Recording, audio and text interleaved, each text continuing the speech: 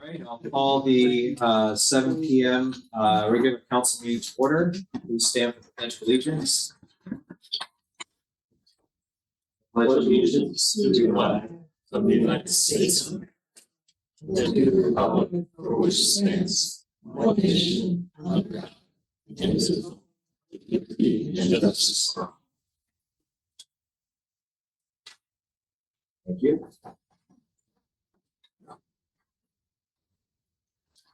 Okay, we do not have any proclamations or presentations tonight, so we'll go to public petitions, communications, and public participation on any subject within the jurisdiction of the town council. There's a 2-minute time limit for public participation. So we'll go to the room first. Is there anybody in the room who would like to make public comment tonight? Yes.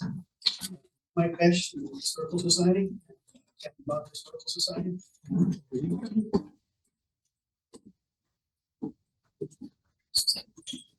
Can you just say your addresses, please, for the record?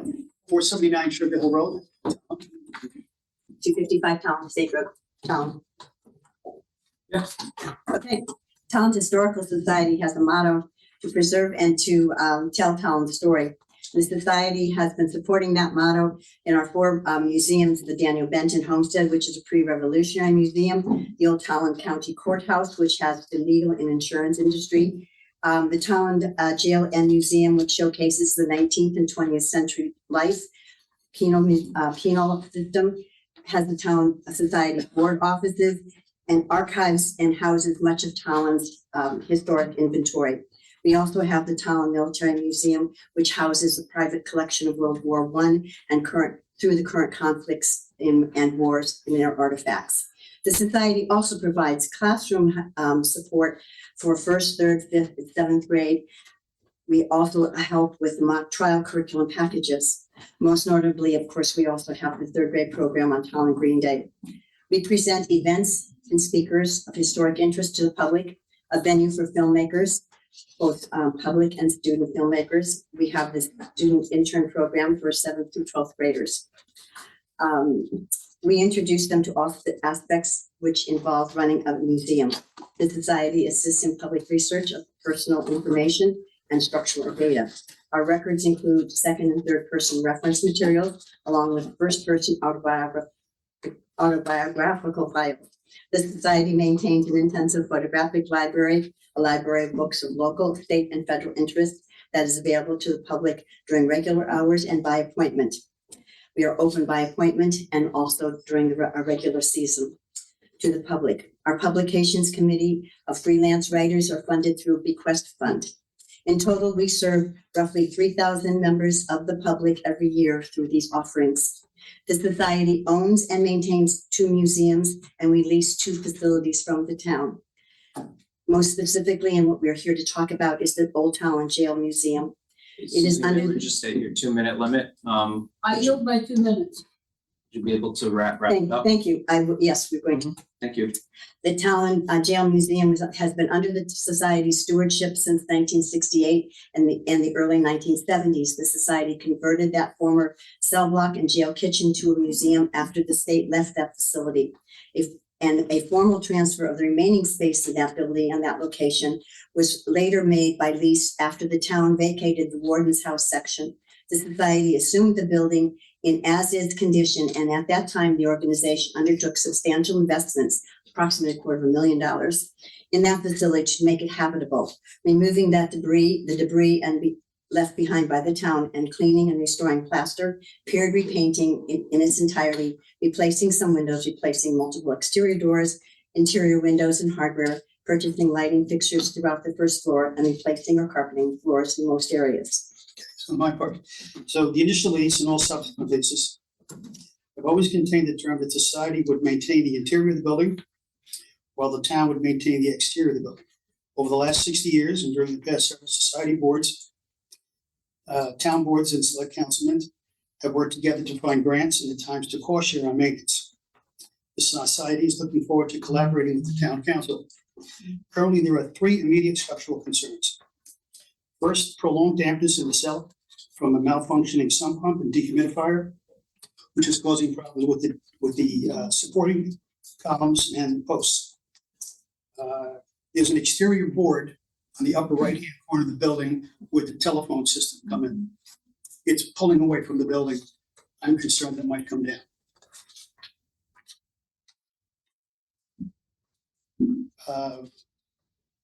So this is obviously a public safety issue.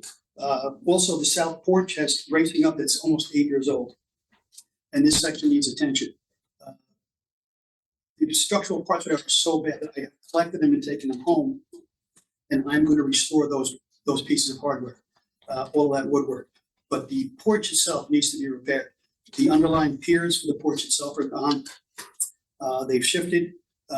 There is flashing on the second floor porch, which needs to be repaired. There's a number of items out there. So what I would like to do is have a meeting with the town council or some subcommittee to say, what would you allow us to do? I'm willing to do the work myself. I'm more than qualified. If you take a look at my LinkedIn profile, Michael Pesh, you'll see I've been in facilities maintenance. It's got wheels, gears, wires, or wood. I have worked on it and have been certified. I am not a licensed contractor, but I am prepared to do the work myself. But I would like to be reimbursed when can within the guidelines of the lease, which is up to $1,000. Obviously, I'll do my very best to keep those costs down. Windows on the jailhouse itself, 5 windows on the south side are rotted. I do have a plan to mitigate, to clean up the debris and to stabilize them and to make them serviceable for, I would think, at least another 10 years. There's a few other projects I would like to consult and talk with the town council about and get permission to do. 8 years ago, we worked on them ourselves, we glazed them, we took care of those 8 windows, and we paid for them ourselves. We have in the past worked with the town crew from Public Works.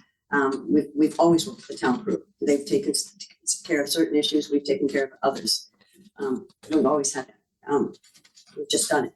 But the last time we did it, we were denied reimbursement and we were told to have the lawyer discuss it. So we've come here, our lawyer's on vacation, but we wanted to come to you because these issues that were now a public safety issue. We thought we should bring it to your attention. I have copies of this, what I read for you, and I have a copy for the clerk as well. I'll pass them down. I thought it was easier than my speed reading. So if any from the council would be willing to meet with me. Or do you want to just turn it over to, I think it's Chris Kelly. What we can be allowed to do, and what if anything the town participate in. I think it would be a real shame for the building just to deteriorate. And I'd like to participate in meeting.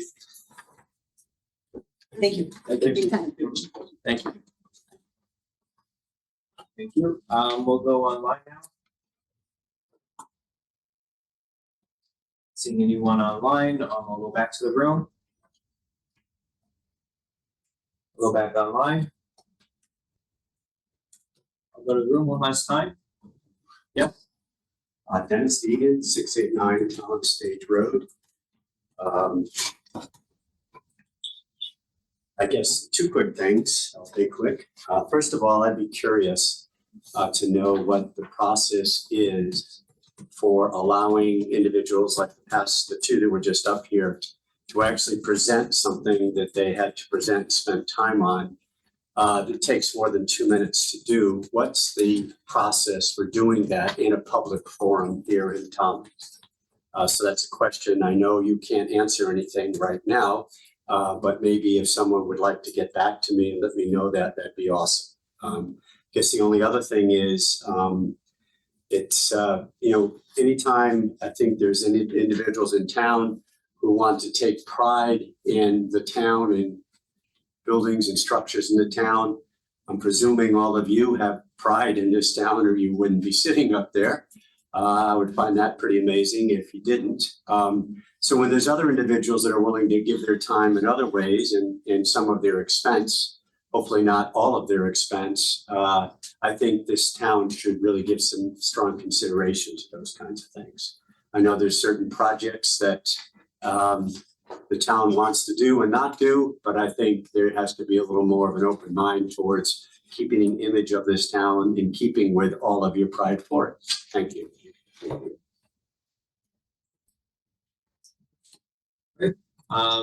I see we have a hand up online. Go to Jody Marziello.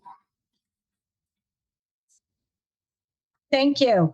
I just wanted to say that I'm in support of getting some kind of a maintenance committee or a subcommittee or something. We had the firehouse subcommittee when they were building those buildings, and the rec department committees and things like that. And I think it would be good to have some kind of a maintenance committee or appointed by the town council to oversee some of the historic buildings and the work that's being done. I know that the Hickstern received a beautiful grant recently, and they're going to be repairing their stairs. And I think the jail museum is well worth preserving, and I would appreciate it if the town could help. We have the fall season with all of our festivals starting. The Scarecrow contest is coming up, the Harvest Festival, the tree lighting, the Thanksgiving parade, all that stuff. And it would be really nice if all of our beautiful historic buildings would look like they were being maintained. Most recently, we just had some artists from out of town who were drawing and sketching pictures of our historic buildings and that are on the National Registry of Historic Places. So I support what the Historical Society is asking. I think it's very reasonable. Thank you. Thank you. I will go back to the room. We'll go back online. Go to the room one more time. Online one more time. Hearing none, I will close out public participation. And we'll move on to our first public hearing item of tonight, 6-1, consideration of the resolution to lease the south field of the town-owned parcel on 215 Hunter Road to John Dempsey. Ryan? As discussed at our previous meeting, the town in 2002 acquired about 5 acres of land off of Hunter Road, the old Campbell farm. We have to maintain that farm. There's certain things that we lease out. There's the 5 acres. John Dempsey's willing to pay the hail at no cost. He gets to take the bales of hay. It was previously done by Oak Ridge Dairy. They've expressed interest in transferring that lease directly to Mr. John Dempsey, who's been in town his whole life, a well-known resident, very trustworthy. I have Dave Corcoran here. Dave, do you want to add anything? I have nothing to add, but I'm happy to answer any questions. Attached to this is a copy of the legal notice for this hearing, a draft lease renewal approved by our town attorney, and a draft resolution, and also a map if I'm familiar with the property. Thank you. Any last questions for council just before we open the public hearing? I believe this item was discussed at the last meeting. Just to go, I'm just a quick question. Why is it that we use grant again?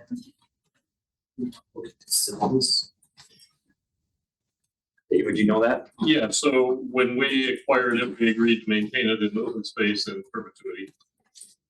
No, land acquisition would have done that. That would have been done by the land acquisition in 2002, and it was done through a grant deed. Okay. That's in perpetuity. Much like the marsh, This was, There's we bought a recreation. historic farm for the purposes of maintaining it as agricultural land. we do lease it out. With the grant monies that the townspeople approved, the garden person's still there. Yeah, on the north end. We rent out or lease out the barn, and there's a farmer there that also pays us some bucks there too as well. I guess where's the town benefit from maintaining this or keeping? Is it, is it like a museum? People go and visit? No, it's nothing like, it's an old barn at best. It's open green space it's really a pretty section of Hunter Road, with the old Campbell property across the street that still looks fantastic. It abuts Crystal Springs, a very vocal, over 55 community, and they let us know when it needs maintenance and updating. But again, this would have been done by the land acquisition committee to have open space here in town. It does take a lot of maintenance. Still, even with that, but the conservation corps has helped out here and there, and different people have stepped up to trim around the pond, and the barn we've done some improvements to the roof of the barn over the years, some water collection with the farmer that's there that has a lease with us. So I don't know. I don't even know if we could sell it based on the grant. Does the lease that we do for the hay, does that allow the farmer to use the barn at all? Different farmer. Different farm? Yes. Okay. So it's two different entities? Yes. Okay. Am I accurate on that, Dave? Yeah, so there's a north side of the farm and there's a south side. So this is the south side, which is like the barn and. Which is just the hayfield, Yep. and they maintain the hayfield and they keep it in agricultural production, yeah. How long has the town owned it, Dave? So, two. 2002? Yep. Okay, and so what we're asking tonight is to allow this, to allow Neptune to harvest or whatever, the hay that's on the field. And so that's at no expense to the town, so it does help us as far as maintaining that. We would have to. Right, John. if not for this, we would have to pay for that part, so, okay, thank you. So it's not just mowing the field, just so as somebody who grows hay, it's, you have to maintain the perimeter and pick up down wood and cut that up and get the brush out of it and fertilize it and lime it. So there's maintenance and inputs that go into it that they bear as part of their crop production. Any other questions, comments, and councilors? I'll entertain a motion to open the public hearing. So moved by Councilor Moran, is there a second? Second. All right, we are. I heard you first, we have to. Get you the next one. All right, we are hybrid tonight, right? Yes, Yeah. Jim's still here, so we'll do a roll call vote. Councilor Butler, Aye. Councilor Green. Aye. Councilor Moran. Aye. Councilor Shay. Aye. Councilor Beebe. Aye. I'm an aye as well, so the public hearing is open. So if the public would like to make comment, without a time limit, they're welcome to do so, but it must be specific to, this resolution. Public comments tonight. Not seeing any public comment, we'll entertain a motion to close the public hearing. So moved. Moved by Councilor Moran, is there a second? Second. Second by Councilor Shay. Any discussion? All right, Councilor Butler, Aye. Councilor Greeny, Councilor Moran. Aye. Councilor Shay. Aye. Councilor Beebe. Aye. I'm an aye as well, so we close the public hearing, then I believe we still need to make a motion to adopt that resolution. Is there a motion to adopt the resolution in 6-1? I'll make a motion. Second. All right, moved by Councilor Butler, seconded by Councilor Beebe. Is there any discussion? Hearing none, Councilor Butler, Aye. Councilor Greeny. Aye. Councilor Moran. Aye. Councilor Shay. Aye. Councilor Beebe. Aye. I have an aye as well, so that resolution is adopted. We have a lot of motions very quickly tonight. Okay, so that brings us to public hearing item 6-2. Consideration of a resolution to authorize the town manager to finalize acquisition of the property at South River Road. Any final questions from councilors before we open this public hearing? None, I'll entertain a motion to open the public hearing. So moved by Councilor Moran, is there a second? Second. Second by Councilor Greeny. I'll just go around the room. Councilor Butler, Aye. Councilor Greeny. Aye. Councilor Moran. Aye. Councilor Shay. Aye. Councilor Beebe. Aye. I'm an aye as well. The public hearing is now open. Same rules apply. No time limit, but comments must be germane to item 6-2. Is there any public comment? Yes. Yep, I just want to note for the record that the Planning and Zoning Commission did issue a positive 824 referral to this last meeting, so. David is blessed. Public comment tonight. Right, I'll entertain a motion to close public hearing for item 6-2. So moved. Moved by Councilor Beebe, is there a second? Second. Seconded by Councilor Shay. Councilor Butler. Aye. Councilor Greeny. Aye. Councilor Moran. Aye. Councilor Shay. Aye. Councilor Beebe. Aye. I'm an aye as well. So that public hearing is closed. Now I'll entertain a motion to adopt the resolution in item 6-2. So moved. Moved by Councilor Greeny, is there a second? Second. Second by Councilor Beebe. Councilor Butler. Or sorry. Aye. Yes, all right, we'll do some discussion first. Just for the benefit, and just because we talked about this at our last meeting, but just to reiterate, so this this is a landlocked piece of property that the town had to put out To auction. to auction, thank you.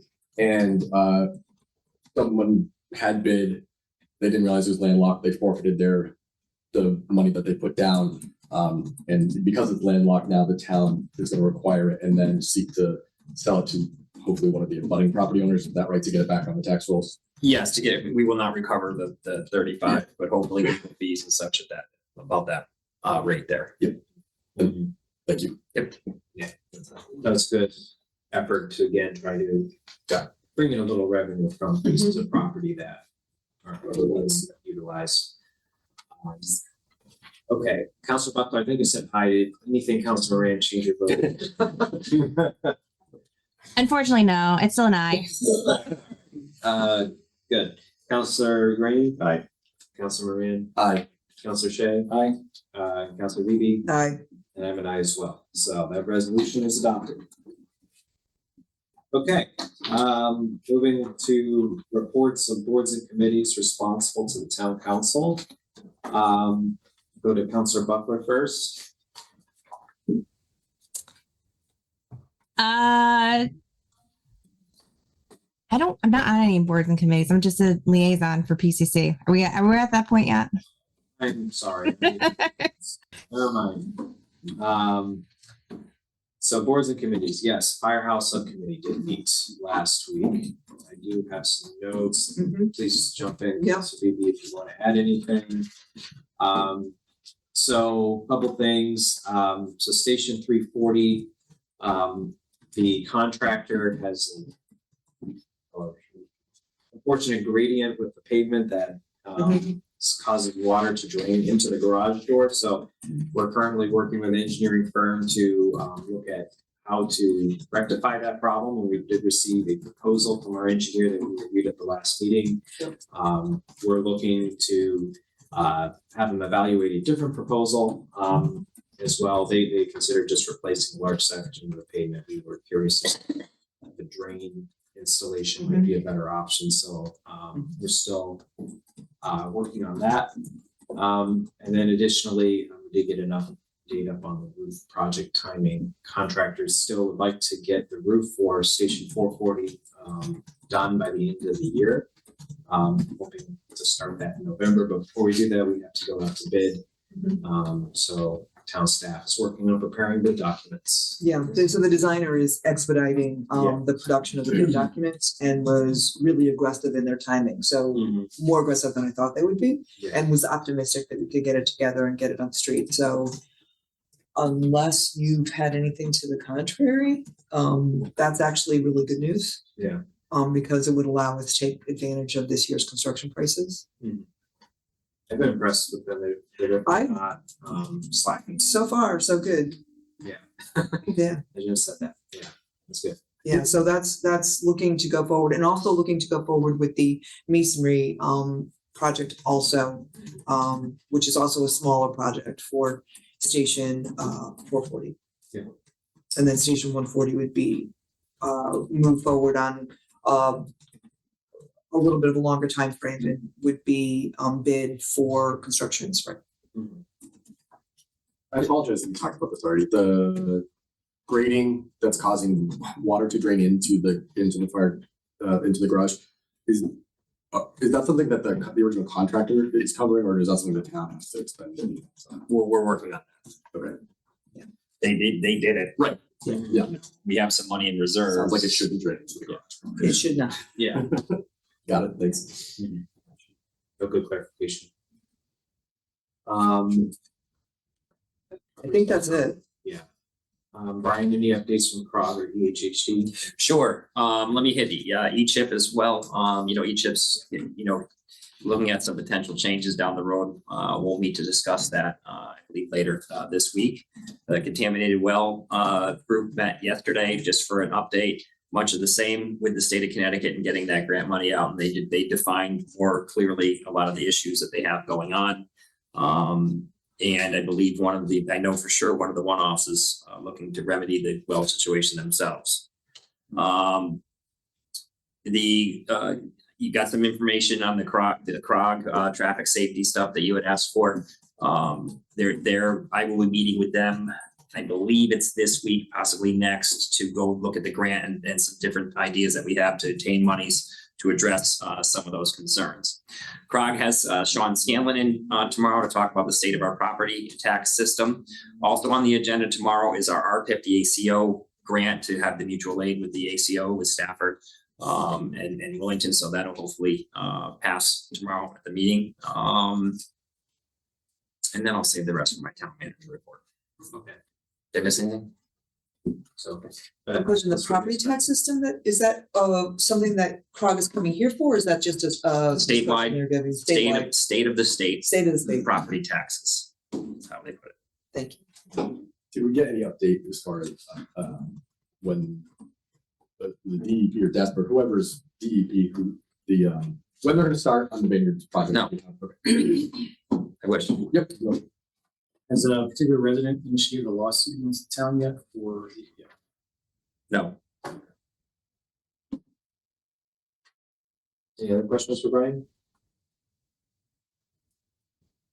All right, I think that concludes item 7A. So going to 7B, Counselor Buckler, you were saying you did not have any boards or do you have any liaison reports to give? I do have one for PCC. They met in September, and right now they're really focused on doing the Harvest Festival. So right now they have confirmed vendors, Rolling Smokehouse, Hops 44, Feeling Saucy, Lobster Dog, Lemmix Farm, Tolland Youth Football, Kona Ice, Jeff's Kettle Corn, Henatize Me, and Face Painter. The entire meeting was just talking about the Scarecrow contest and the Harvest Fest and how that was going to work. Scarecrow contest is going to be capped at 45 due to limited wheelchair access. They're going to be sending out emails once they get down to 10 spaces remaining. They're going to be highlighting an underutilized service style ride that was suggested by the Commission on People with Disabilities. They're going to have a van with a Scarecrow as well. Harvest Festival is October 11th, with the Scarecrow contest starting on September 27th to October 4th for setup. And tentatively, the holiday tree lighting is set for November 29th this year. Thank you.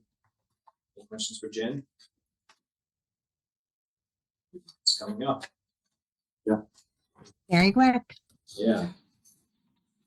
Okay, Counselor Greeny? The Recreation Advisory Board has not met since the last meeting, but they meet on October 6th, so I'll send that.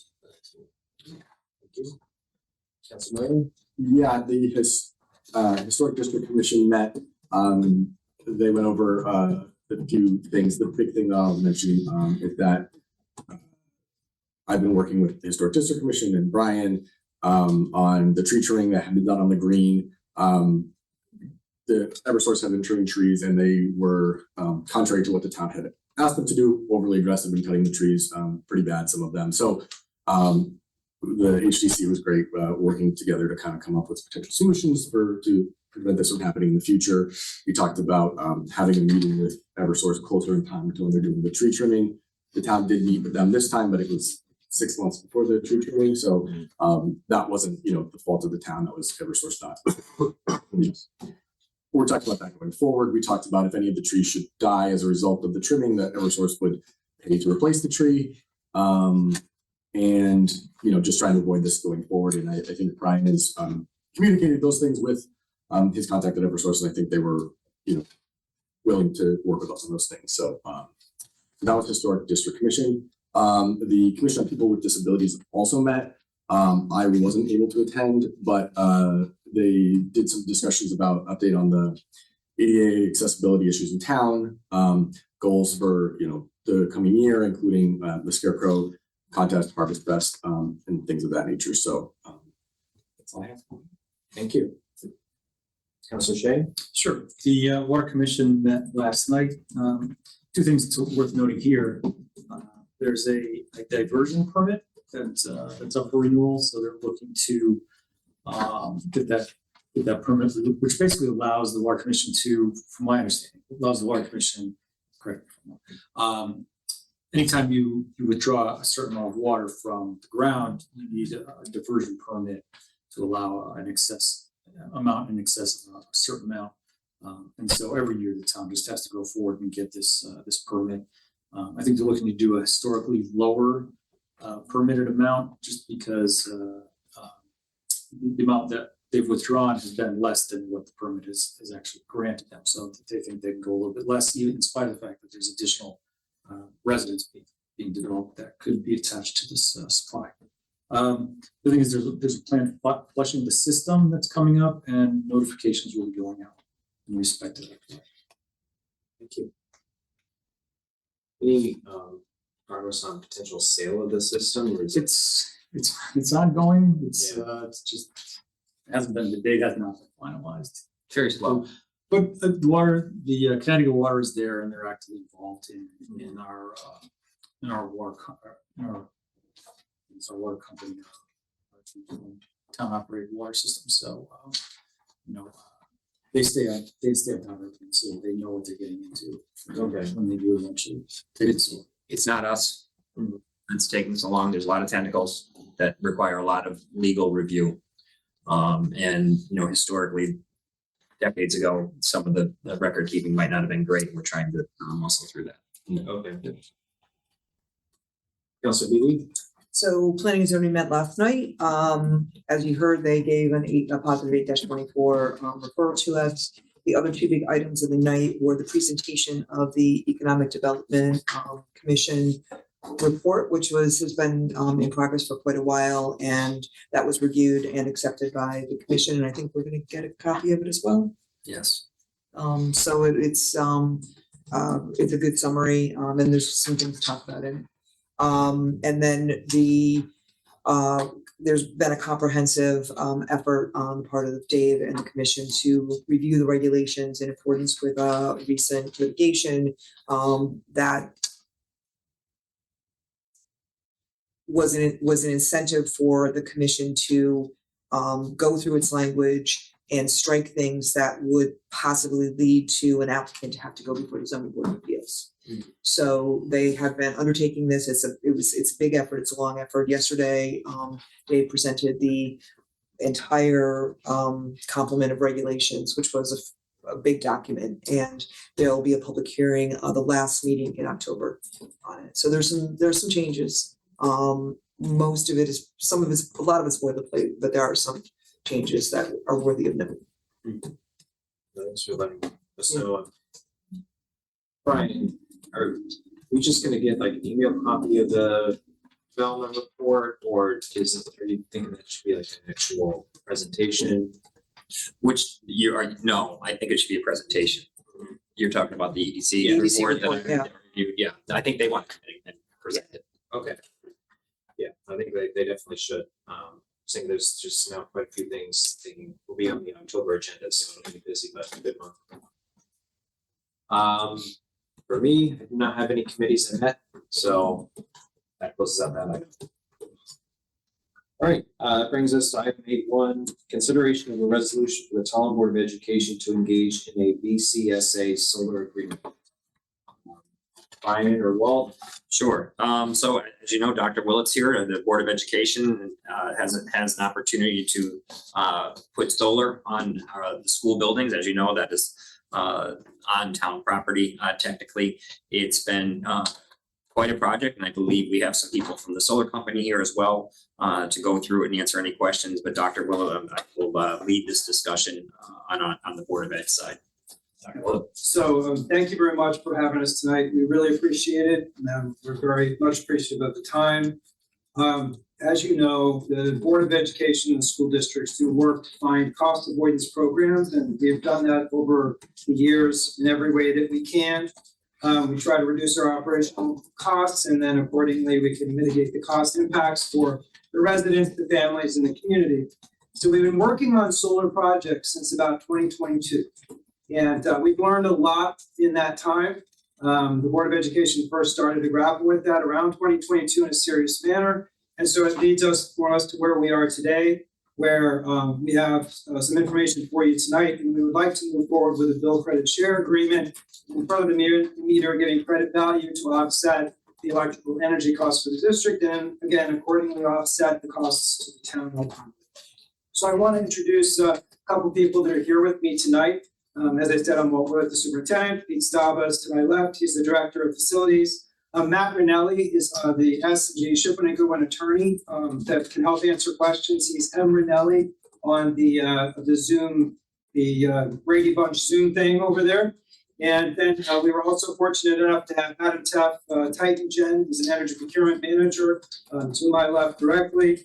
And then Brian Lars from Green Skies, and he's a solar developer. So we're here to answer any questions for you tonight, but I'd like to hand the floor over to Adam Teff to walk through the presentation that we have. I did send it to the board and it's linked there in the document. Brian and Jacob and Chris, I sent it to you too if you want to open it. Maybe you could scroll through it as they talk about it. Thank you.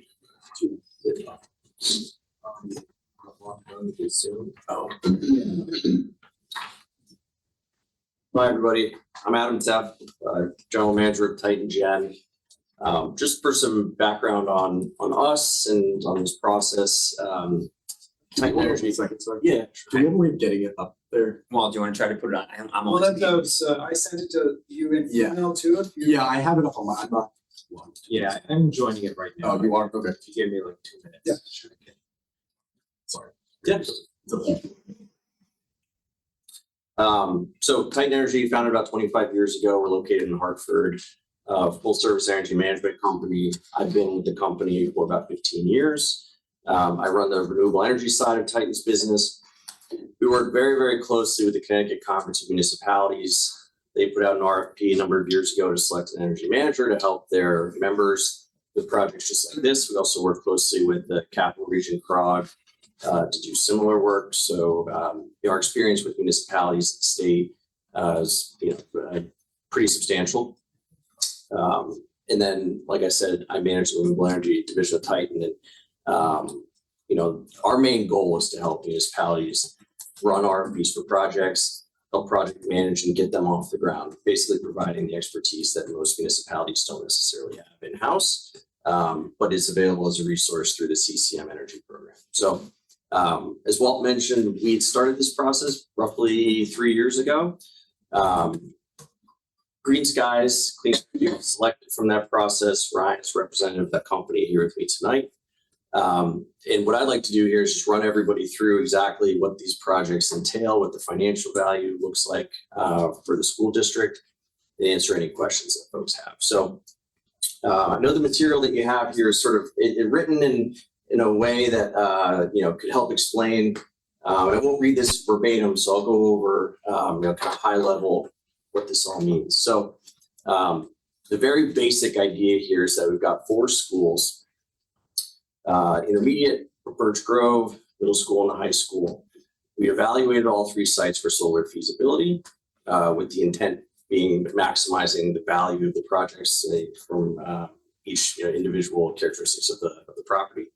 The systems that would be installed will actually send the power back to the street. So the electrons themselves are not going to the school, they're going back to Eversource.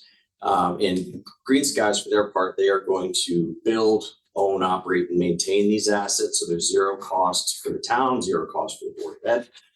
And as those systems generate power, Eversource is going to assign a utility bill credit to each of the corresponding electric meters. So as their system produces power, your electric bills go down. That credit is a predictable fixed credit for a 20-year term. The $100,000 per year in savings is related to those 4 projects, roughly almost $2 million over the course of a 20-year period. Again, this is direct cost reduction to the Eversource bills themselves. There's no cash exchange between the Board of Ed and Green Skies. Eversource handles the metering, they handle the assignment of the credits. And this is all done under the Non-Residential Renewable Energy Solutions Program, NRES. There's a school carve out in particular, again, trying to send these funds, the incentive funds, and create space in this program for public schools here in the state to participate and benefit from solar. So, we tried to set this up in a way that is as, neat and clean, and, focuses the benefit on trying to help, the Board of Ed reduce their costs and do it in a meaningful way and one that doesn't involve out-of-pocket cost. We can go over site by site, but I think the key takeaways here is that, this program is basically designed and, created for public schools to take advantage of. For Titans Park, we've worked with about half the towns in the state to manage projects just like this. I think for Green Skies Park, we included in the deck, they're on 30% of the municipalities, rooftops in the states. They're a tried and true company, they're well established, based in North Haven. So I think you have a really good partner in that regard. And in the meantime, what we've been doing over the last few weeks is getting the legal agreements between Green Skies and the Board of Ed in place, working towards maximizing the language in there to Tolland's benefit. Matt is here, Matt from Chicago, and he can speak to that piece of it. But if you guys like, we can go through the next slides. There are examples of what the projects look like, and we can go on a kind of case-by-case basis here, so you can see over a 20-year period how these things work. So as I mentioned, we've got 4 schools. The high school is the one unique example where the roof age is not suitable for solar, but you do have an incredibly big parking lot. It's one that lends itself well to solar canopies. So the proposal for this, you'll note, is in the parking lot. And this is a good example of how these projects create value over a 20-year period. And basically, it's the same for the 4, but the way that we calculate is you have your year 1 through 20. The NRES program is a 20-year program, so that's why we've laid it out this way. The system will create kilowatt hours, and that's the annual total. And then in the next column, you have your bill credit, and it's just a simple multiplication problem, if you will. The total kilowatt hours created by the bill credit value, and that is what flows back to the Eversource bill. And these credits can be assigned to different accounts. Over time, if you open a new school or shut them down, etc. They're about $50,000 a year. The only variance that you see, you lose about 0.5% per year in energy production from the panels. So that's why column total kilowatt hours shrinks just a bit, but everything else will stay consistent. And, part of the reason that we've designed the program this way is that, we understand the municipalities and boards of ed like predictability. So, when we can maximize your savings and offer that predictability, it's, considered that. The next slides show the designs for the intermediate school. Again, same principle, kilowatt hours created, utility bill credit, multiply the 2, and that's the annual cost reduction that lands on the bill.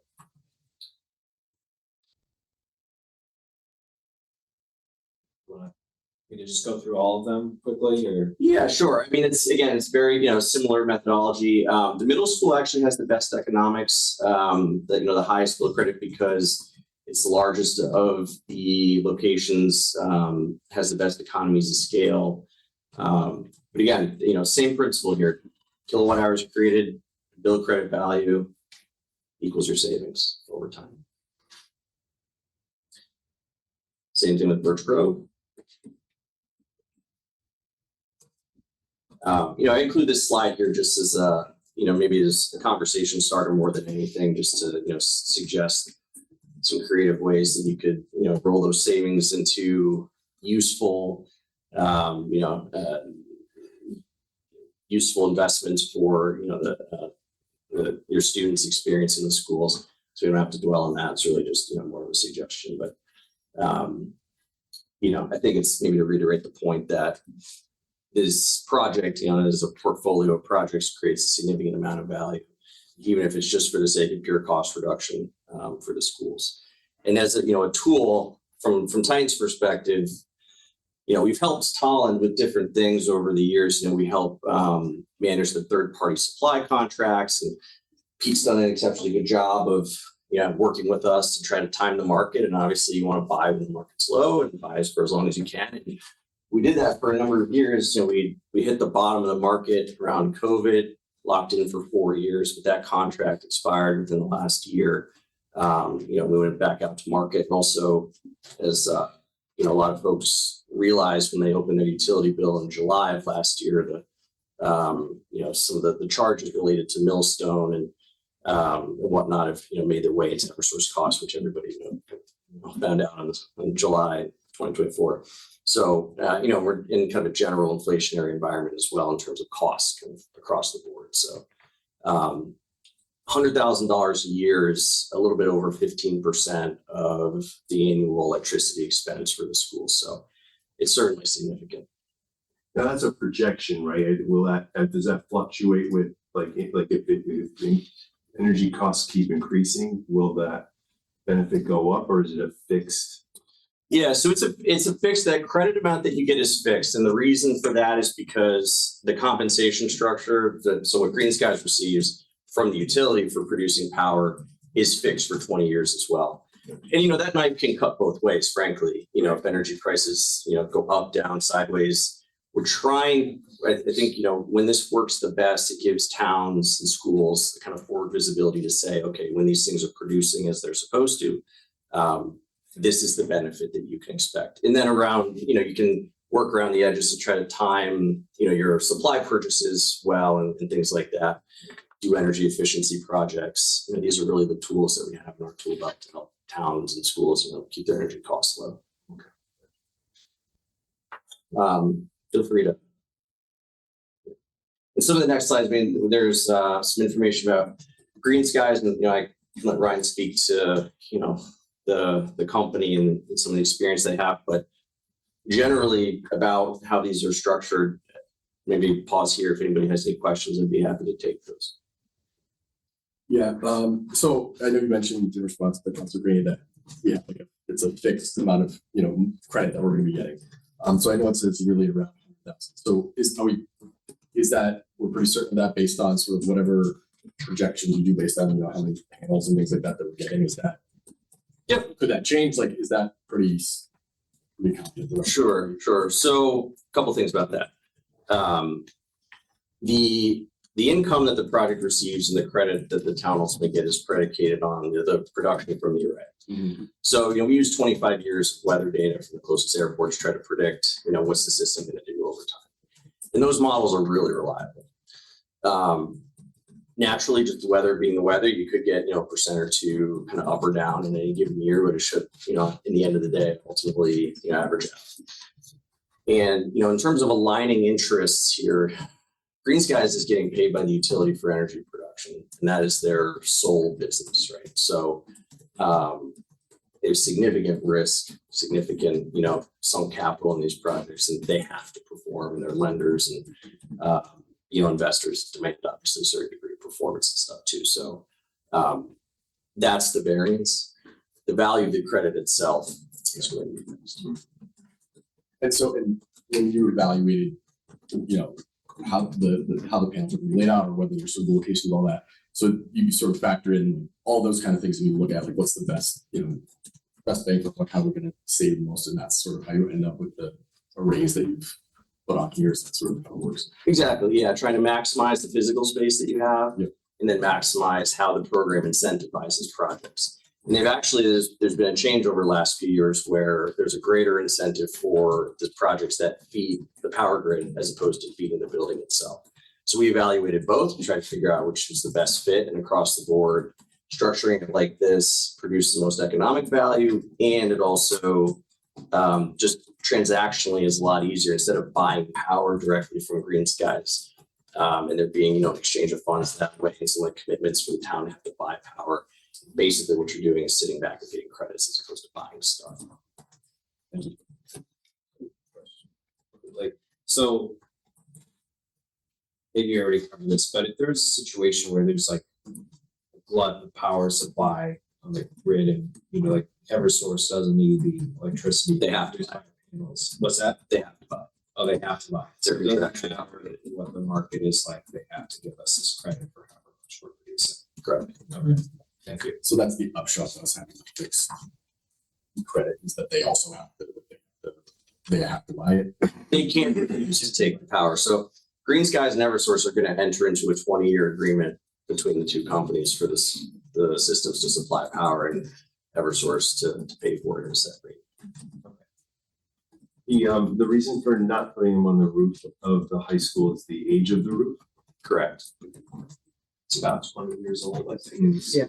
And in the future, if when that roof is redone, if you wanted to replicate something like this, you could do that, but it doesn't usually make sense to expedite a replacement of a roof just for this purpose. So we figured leave it alone until when and if, but. And so the supply, what's the company, name of the company? Green Skies. So Green Skies owns all of the equipment, so if they put the canopies up, you're responsible for maintaining the canopies. Yep. And if like we have a snow plow that plows into one of the canopies doing the parking lot, like what would happen there, whose responsibility would be? Is that you're covering basically the entire back parking lot of the high school, right? That's correct.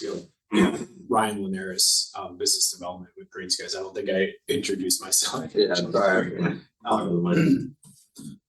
Yeah, the snowplow question is pretty common. What occurred, and it's in our contract, which I'm sure Matt Ranelli can add on to, but it really comes down to negligence at that point. So if obviously it's an accident, then accidents occur. We plan for that accordingly. So the quick answer is, as long as there's no someone doing this on purpose, then there would be no liability for the town. If that helps answer your question. I mean, there's also concrete footings and steel beams too, so it's probably worse for the snowplow. Yeah. So I just want to build off your point. There's an accident scenario, but then also like if we needed to do maintenance on the roof, maybe even planned maintenance on the roof, and the system or part of the system had to be down for part of the time, or even if there was a snowstorm and panels are covered, like would the town be under an obligation to, pay any penalties for the panels not being operable for a period of time? So are you referring to the carport or both the rooftop and the carport?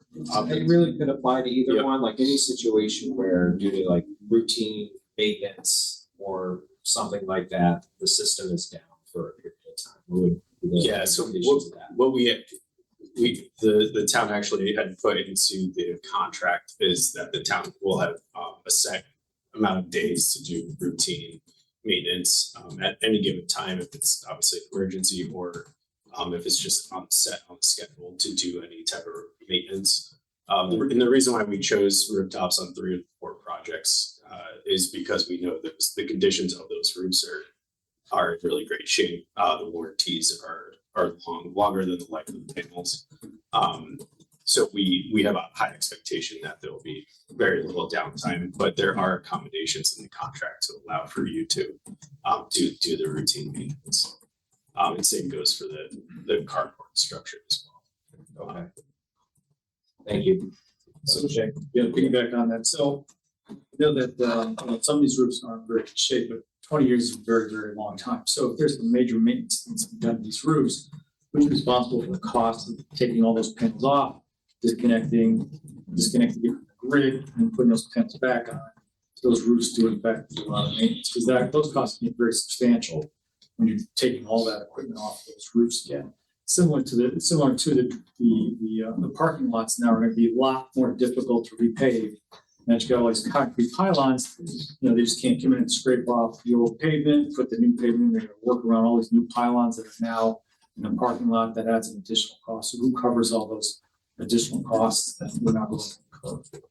Yep. So if there's an event where a section of a roof needs to be replaced, Green Skies will go and remove all the panels and then reinstall them. In the contract, though, in order to be able to finance these projects, we need to ensure that we are compensated for the loss in revenue during that time.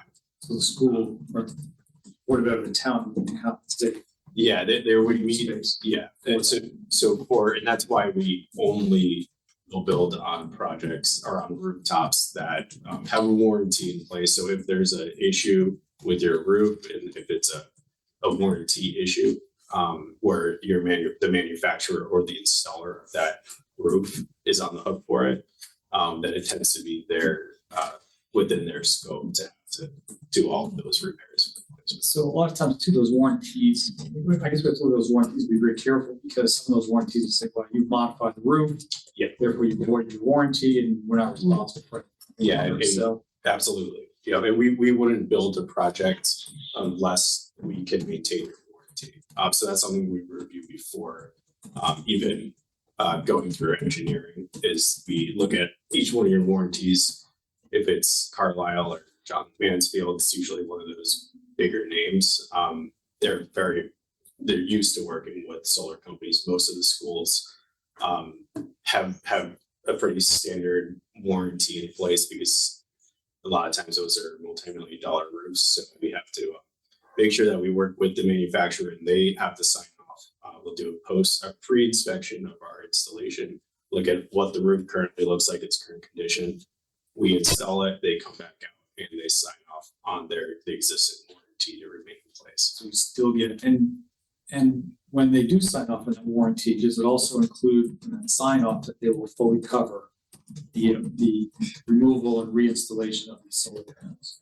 The reimbursed field space for that. Yeah, so That's very important. Those are big numbers. yeah, and I think I can't imagine they would blanket statement that because there could be someone, for example, from the town or board of ed who does something to the roof in their vault. So so I don't think they would probably make a blanket statement like that, but there will be it's usually like a 2 or 3 page document that they're going to basically carve out every single aspect of the warranty that it remains in place, and it's something that all parties have to sign off on, including the.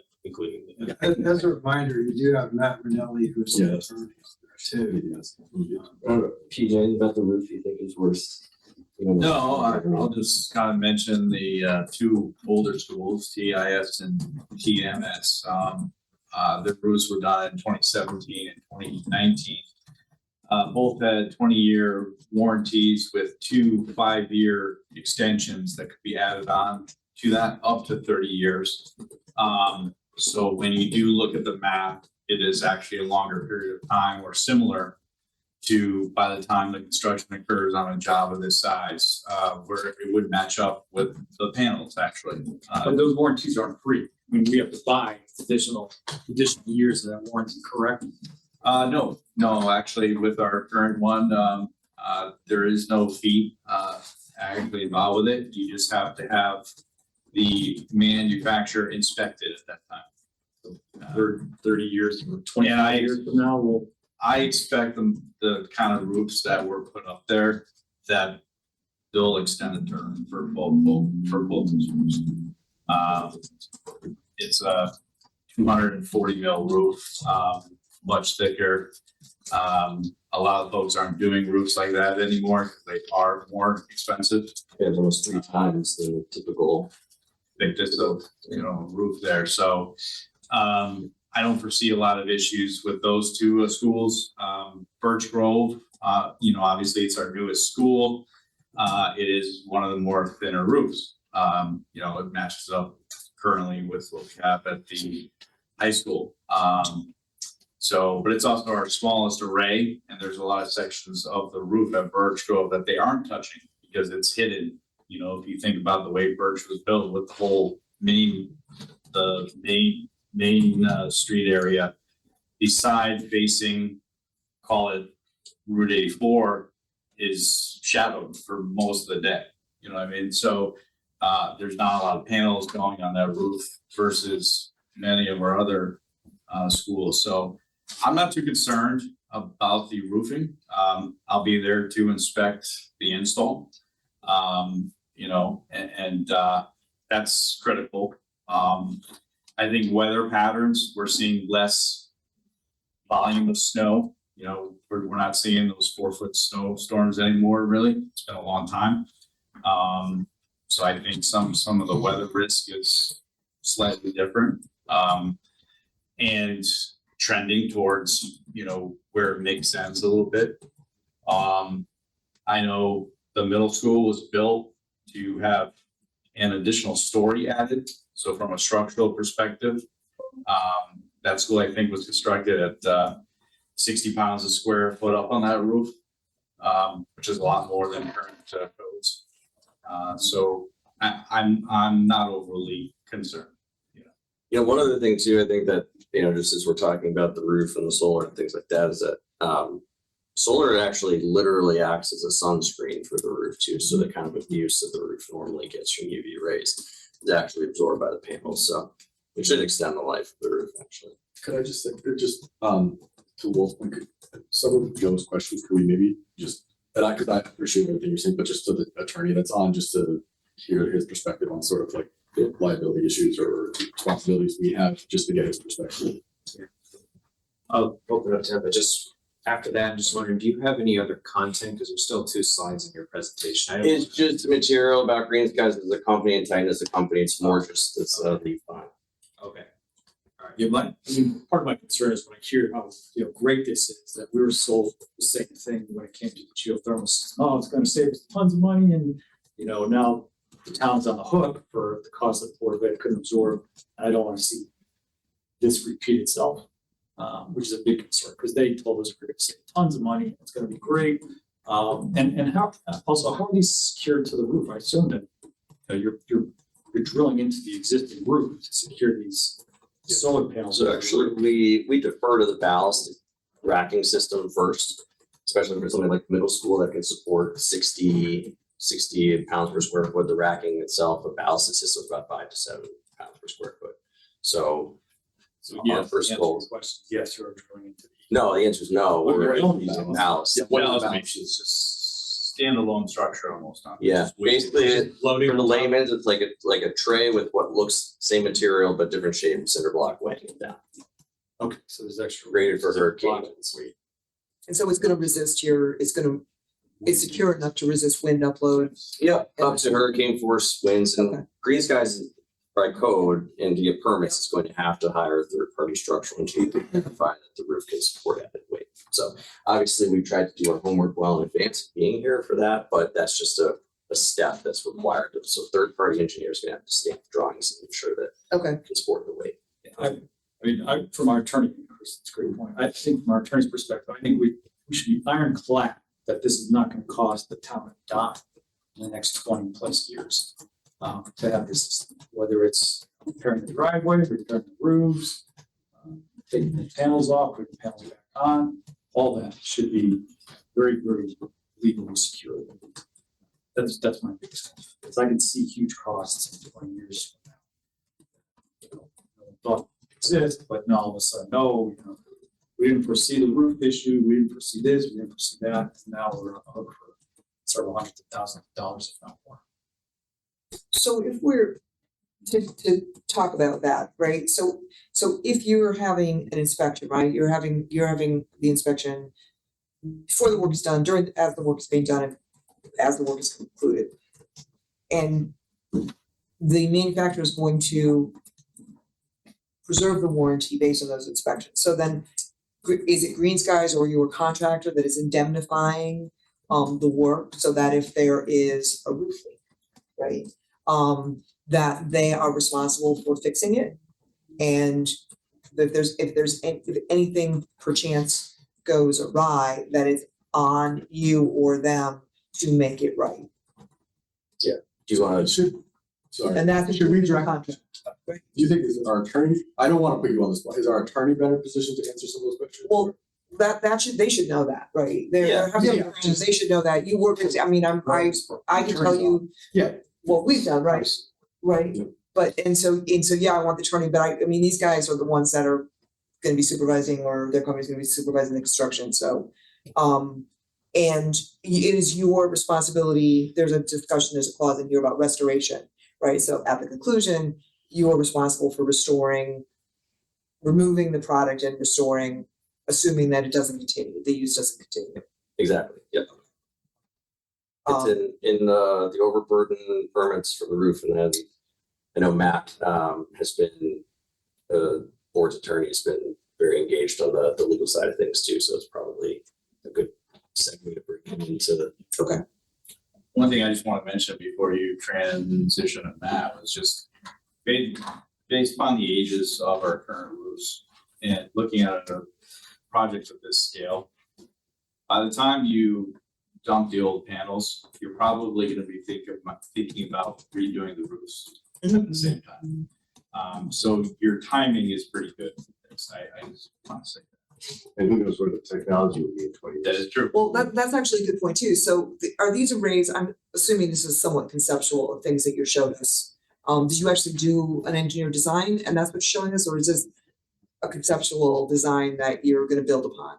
So Green Skies engineers, they put the proposal together, but we have to, Green Skies is going to have to hire independent third-party engineers to. Okay, so it's somewhat conceptual. Okay, so John's point is really good too, that in the lifespan of solar products, 20 years is enormous. So what happens if there's a cutting edge breakthrough in 8 years and you can get an order of magnitude more efficiency out of the panels? Do you go ahead and replace those? So let me this is an interesting concept, and I kind of come back to a couple different things.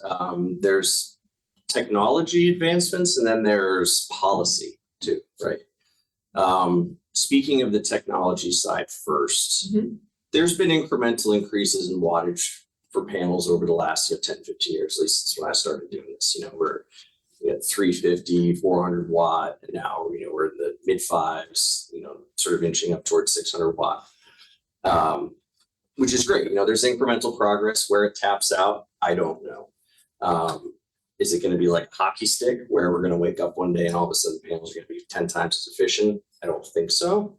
I think there's also, you got to factor in opportunity costs for doing nothing. That's substantial. And politically, the trend towards incentivizing these projects federally, those days are basically over for the foreseeable future. So this round of projects is probably going to be some of the last that gets done under the investment tax credit system that was put in place under the Inflation Reduction Act, which has been dramatically rescinded by the bill. So, you lose the 30 to 40% investment tax credit that you have here. All the efficiency gains in the world aren't going to matter. Okay. Frankly. What about tariffs? How is that going to affect you? It's factored into the pricing. It doesn't help. But it again just speaks to the environment I think we're all in, whether it's health insurance, energy bills, any other fixed buying computers, whatever it is for operating the school. We're an environment of rising prices. So no, we'd like to lock in. That's not the same. This is an artificial. What we're seeing is going to increase the cost of your project, of our project, artificially because of this imposition. So I want to make sure that you still see that it's viable, right? Yeah, Even well, everything that's priced in here to this proposal is taking account cost of equipment today. The sooner we can move towards executing the agreements is when Green Skies can buy and lock in the project. Okay, and lock in that. So 6 months from now, I guess to speak to the tariff issue, it's, we're all kind of in the same boat where nobody really knows where the winds are blowing any particular day. But we know what we're dealing with now, and that's factored in. Okay, thank you. Sure. From a financial standpoint, it makes sense. Anything we can do to save money and potentially save teacher positions and put back towards education is important in my books. Logistically, my only issue is the logistics with putting that many solar panels over the back parking lot. Like I've seen visiting team buses parked near the football field where maybe they shouldn't be. They should be in a bus lane. You talk about snow load on the panels. Is it a situation where we could clear off the parking lot But when school goes back in session, that whole parking lot is shut down because there's snow that could slide off the panels onto cars or students or something like that, taking the whole parking lot out of commission during the school year. Yeah, so there's snow guards for one, right? I mean, Yeah, we've implemented snow guards for all of our Connecticut or Northeast sites intentionally to make sure that the snow does not slide. This is common. The yeah. Tolland has big carport solar panels. Yeah. This Yeah. is a common commercial use. The technology's there to. Yeah, you know, we worked with Pete extensively to figure out, you know, exactly where we want to be and where we don't want to As be. well. Okay. Fit the ladder truck underneath there even. Oh, okay. Right. So you're talking really high. 14 Yeah. Okay. minimum Yeah. widths Okay. will be so a fire truck has to be able to go underneath these to Okay. service a car that might, you know, be on fire. So Yeah. so a school bus will be smaller. We'll Fit the loader first. All right. Perfect. And those panels are angled away from the building, I would guess? In this instance, they're angled south. So I just don't know. I think that's I towards. think that's generally Um, southwest, yes. right? West, southwest, that side of the building? These Yeah. These will check my phone. right. I can't That's towards the figure church. Okay, yep. Who pays to clear the snow off of these?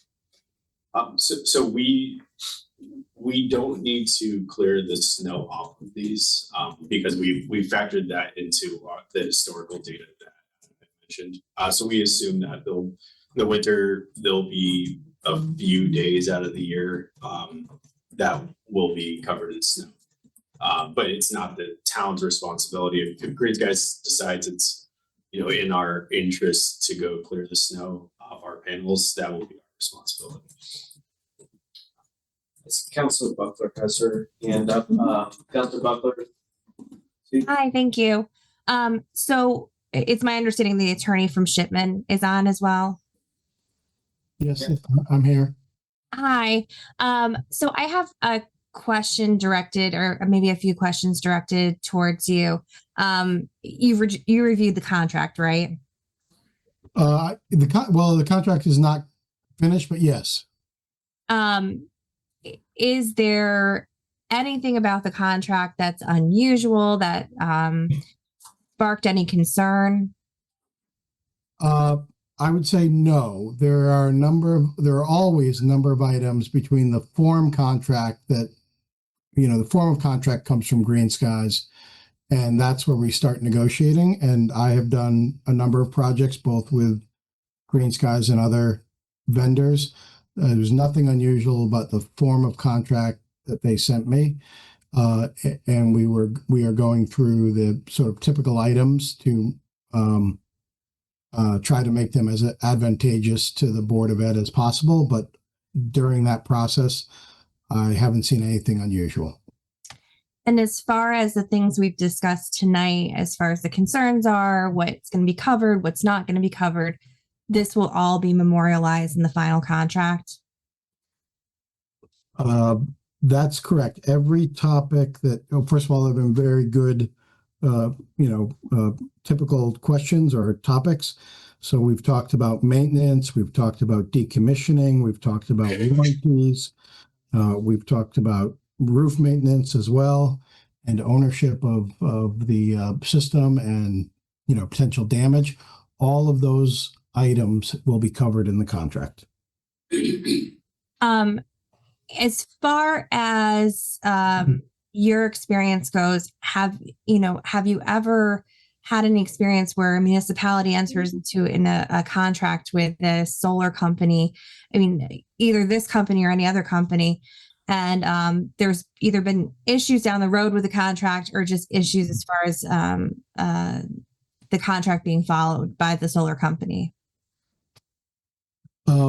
I would have to think about that. I've been practicing for a long time. None come to mind, and so I think, and I've certainly worked on a number of projects with this particular vendor, and I cannot think of any projects that have had those kinds of issues after the contract's been executed. And I can't tell you that I've never had one because again, I just haven't thought through all my projects, but it would be the exception, you know, by a long ways to have those kind of problems in my experience. And go ahead. I would say, I mean, granted, you know, these contracts, a lot of them haven't gone through their entire life. I mean, this type of contracting in Connecticut, well, very few contracts have run through the full 20-year term. But I have, like I said, been doing it for a long time. I certainly have some that are closer to 15 years in, and that experience that I've had is consistent.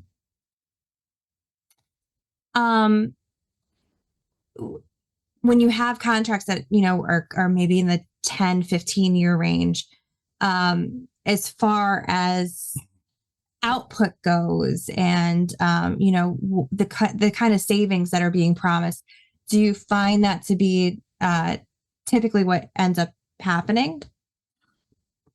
I am not typically involved in that type of information afterwards. In other words, they don't really call their lawyers and tell them.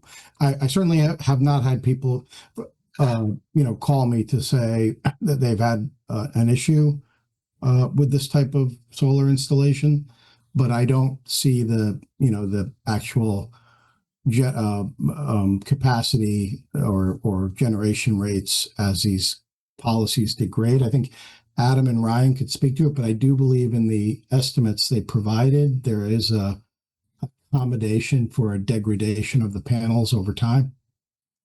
But you've never had anyone call you and say like, you know, hey, we're 5 years into this and we're, you know, we're really not seeing any savings, or we're really, you know, having an issue with the output. Or, I mean, there hasn't, have you had experiences like that?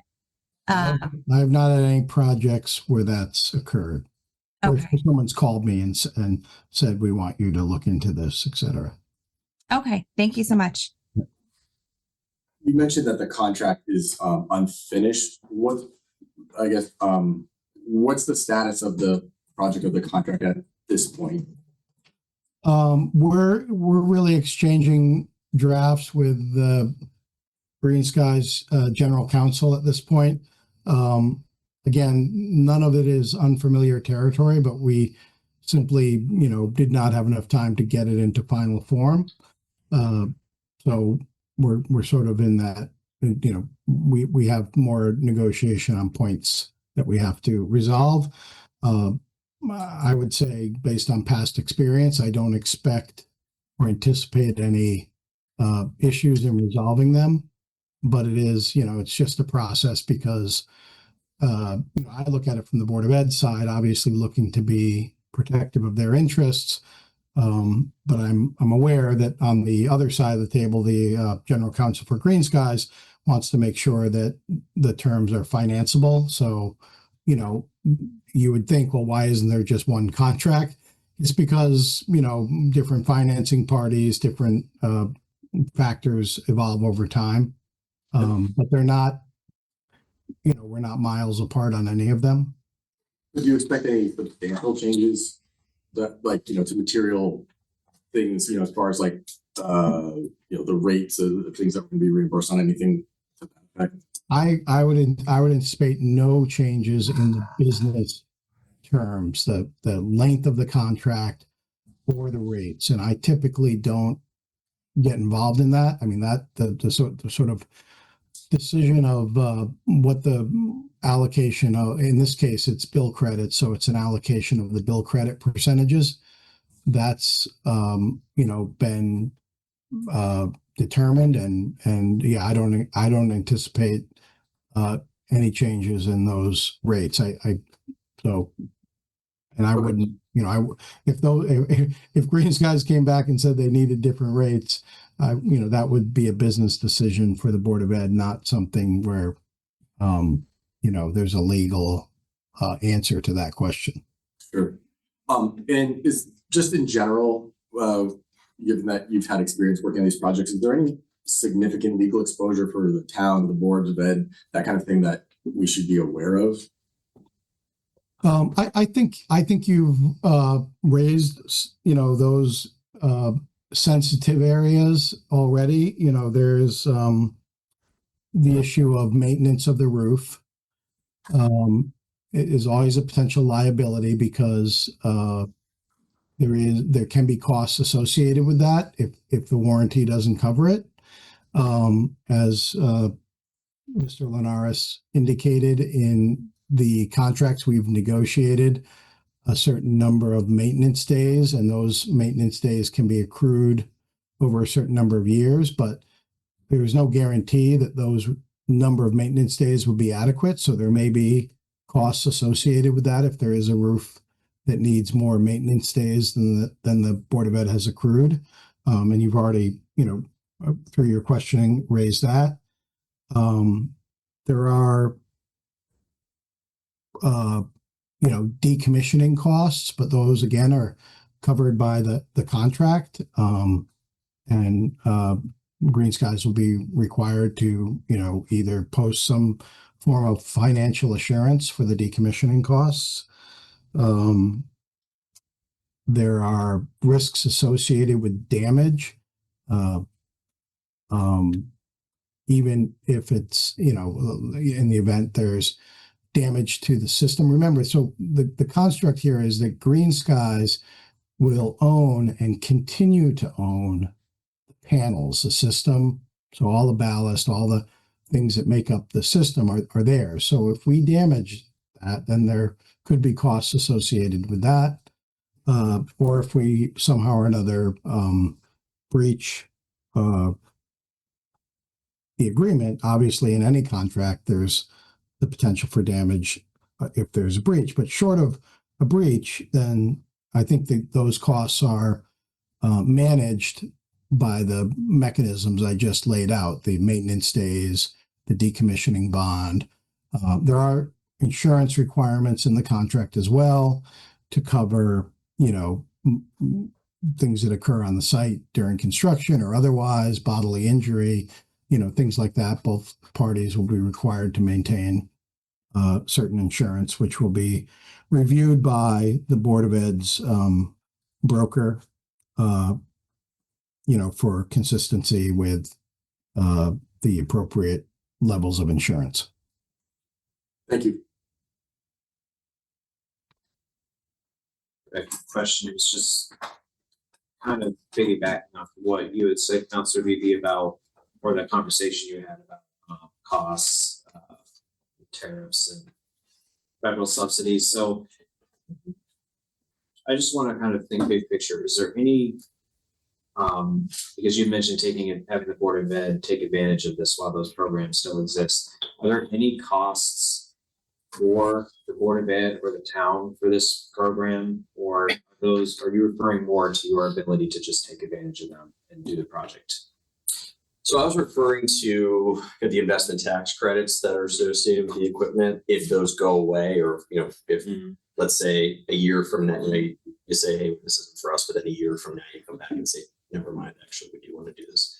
Yeah. And we have to back out that 30% investment tax credit. The economics of this thing are very, very different. So for Green Sky's part, they need to spend a certain percentage of the project costs relatively soon to be able to lock in that investment tax credit to help support the economics of the project here. Also, I think they'd like to sooner rather than later be able to order equipment so they're not subject to any, future changes, tariff related, et cetera. So, I think maybe all of this coming to a head now, 3 years later, this is kind of the moment where the stars are aligned. You have the incentive, the NRES program from Connecticut to support it.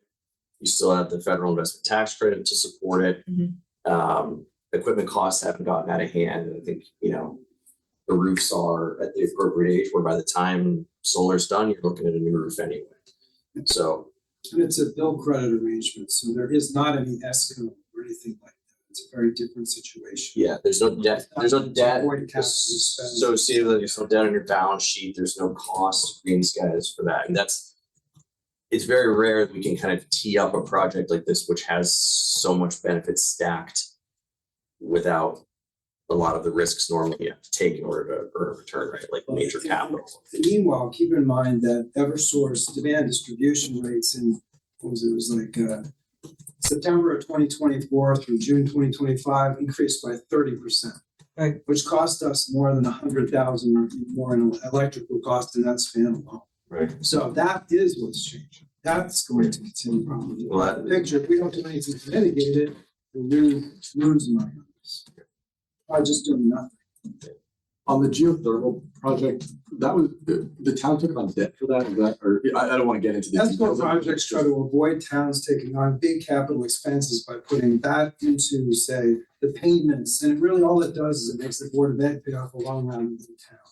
It's a trick, basically. Right, but so all my point is that we don't have that same We do situation. not have that situation here. It is a bill credit. A lot of thought went into this to avoid any of those kinds of perils. Okay. Because I mean, I shared Councilor Shay's concern about it, you know, and I think we've had that project, and there's also the turf field was supposed to pay for itself, which is not an energy project, but you know, like, it's not that this, it's not a slight against you, Ed, it's not the first time someone's come to the town, you know, saying that we have this thing that's going to save. The town organized the Yeah. geothermal projects that way. Mhm. So if you look back at the interviews that were done with town councilors at the time, Yeah. the town organized it that way.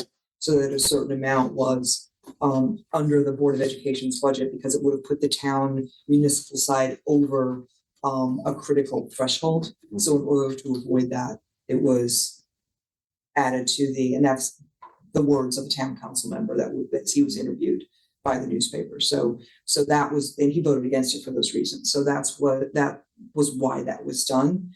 When, if a capital improvement, I'm probably gonna misstate this, shouldn't actually go into the Board of Education budget, right? It should be held as a capital improvement. Especially item. that expense, $10 million. But I mean, ESCOs were mechanisms to do that, so. But yeah, I got all the printouts, so Yeah, I can give them to you. but in either case, I think the idea is, we just wanted to make sure we're doing our. Right, due but diligence. we're not doing that here, Yeah. right? That's on you. That's why we were asking about whether the cost benefit was sustainable for you, given all the uncertainty that's been thrown into the system unnecessarily. Yeah. Well, part of, I mean, why this works so well, and I mean, I don't wanna, I've got opinions on geothermal, I don't know, but that's irrelevant. And, you know, the beauty of this is you've got a very simple, you got a lot of panels, right? But it's a simple piece of equipment. Mhm. No moving parts. Tried and true. Like I said, I've been doing this 15 years. Lost count of how many municipalities have done this with now, maybe 30. And the mechanism that supports it, the utility bill credit model, you know, some of it for people, you know, with energy projects in particular, things go off the rails is that when they put together a financial model, they make some assumptions about what energy costs, which are basically market-based and or set by Eversource. Mhm. You know, they make all sorts of assumptions about what those are gonna be, you know, 3% a year escalator, 5%, whatever the case may be. We don't, in the way this is structured, we don't have to deal with all that market noise. Right. We have a bill credit, the system's gotta produce because otherwise they're in a bad position. And it just goes right to the bill, right to the bottom line, and it's the Eversource bill. So learning, you know, doing lots and lots of work with Walton Pete to try to figure out, you know, what does the district need out of this to feel comfortable? Because I think ultimately it's their name on the contract, right? You know, I think we've structured this in such a way to mitigate all risks and reasonably speaking, right? I mean, it's still a construction project, nobody's denying that. It's just structuring it in a way that's. Yeah, no, and as I was saying, you know, it's not, that's why we're asking the question. 100%, and that's why we're here. And I welcome it. Those are good questions. Yeah. Yeah, we can't just. Number two, the geothermal, we own Yeah, well, everything that was installed. So Yeah. if there's a faulty Climate Master CXM unit that they have a whole bad, you know, in essence, you know, came up with an improper design, we still own that. Yeah. If Green Skies has faulty panels, it's on them to replace them. I mean, it's. No, I appreciate it. I'm trying to finish my point. Yeah, no, that's just why we're doing the line of questioning. It's a long-term 100%. decision. I welcome it. That's why we're here. I don't want to give off the impression that, you know, I don't want questions that, we want them. So maybe just one question to our attorney. I think Counselor Moran and Counselor Buckler did a good job asking, but maybe just one other point. So Mr. Brunelli, I mean, can you think of any other situations where the town would be liable for costs besides, say, damage caused due to negligence or repair work that's taking longer than the amounts specified or at least tentatively agreed to up in the contract for downtime for the system?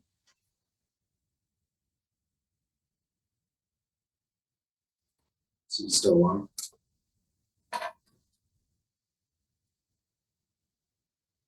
Is there? Sorry, I was on mute. This is Matt Rinelli. Yeah. Obviously termination, if the town or if the Board of Ed were to willfully terminate the agreement, that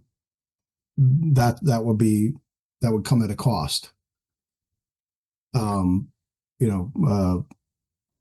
Not unexpectedly, because the expectation of the other party is that they're going to have the long-term revenue from these credits. So other than that, some sort of damage to the system, maintenance or repair of damage to the building, termination or breach, or potentially some form of negligence on the part of the board where someone suffered a bodily injury.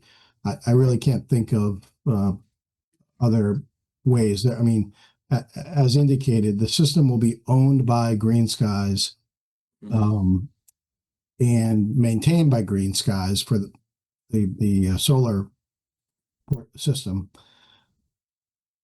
And so regular maintenance of the system is their obligation. The initial cost of the system is their obligation. All the permitting will be their obligation.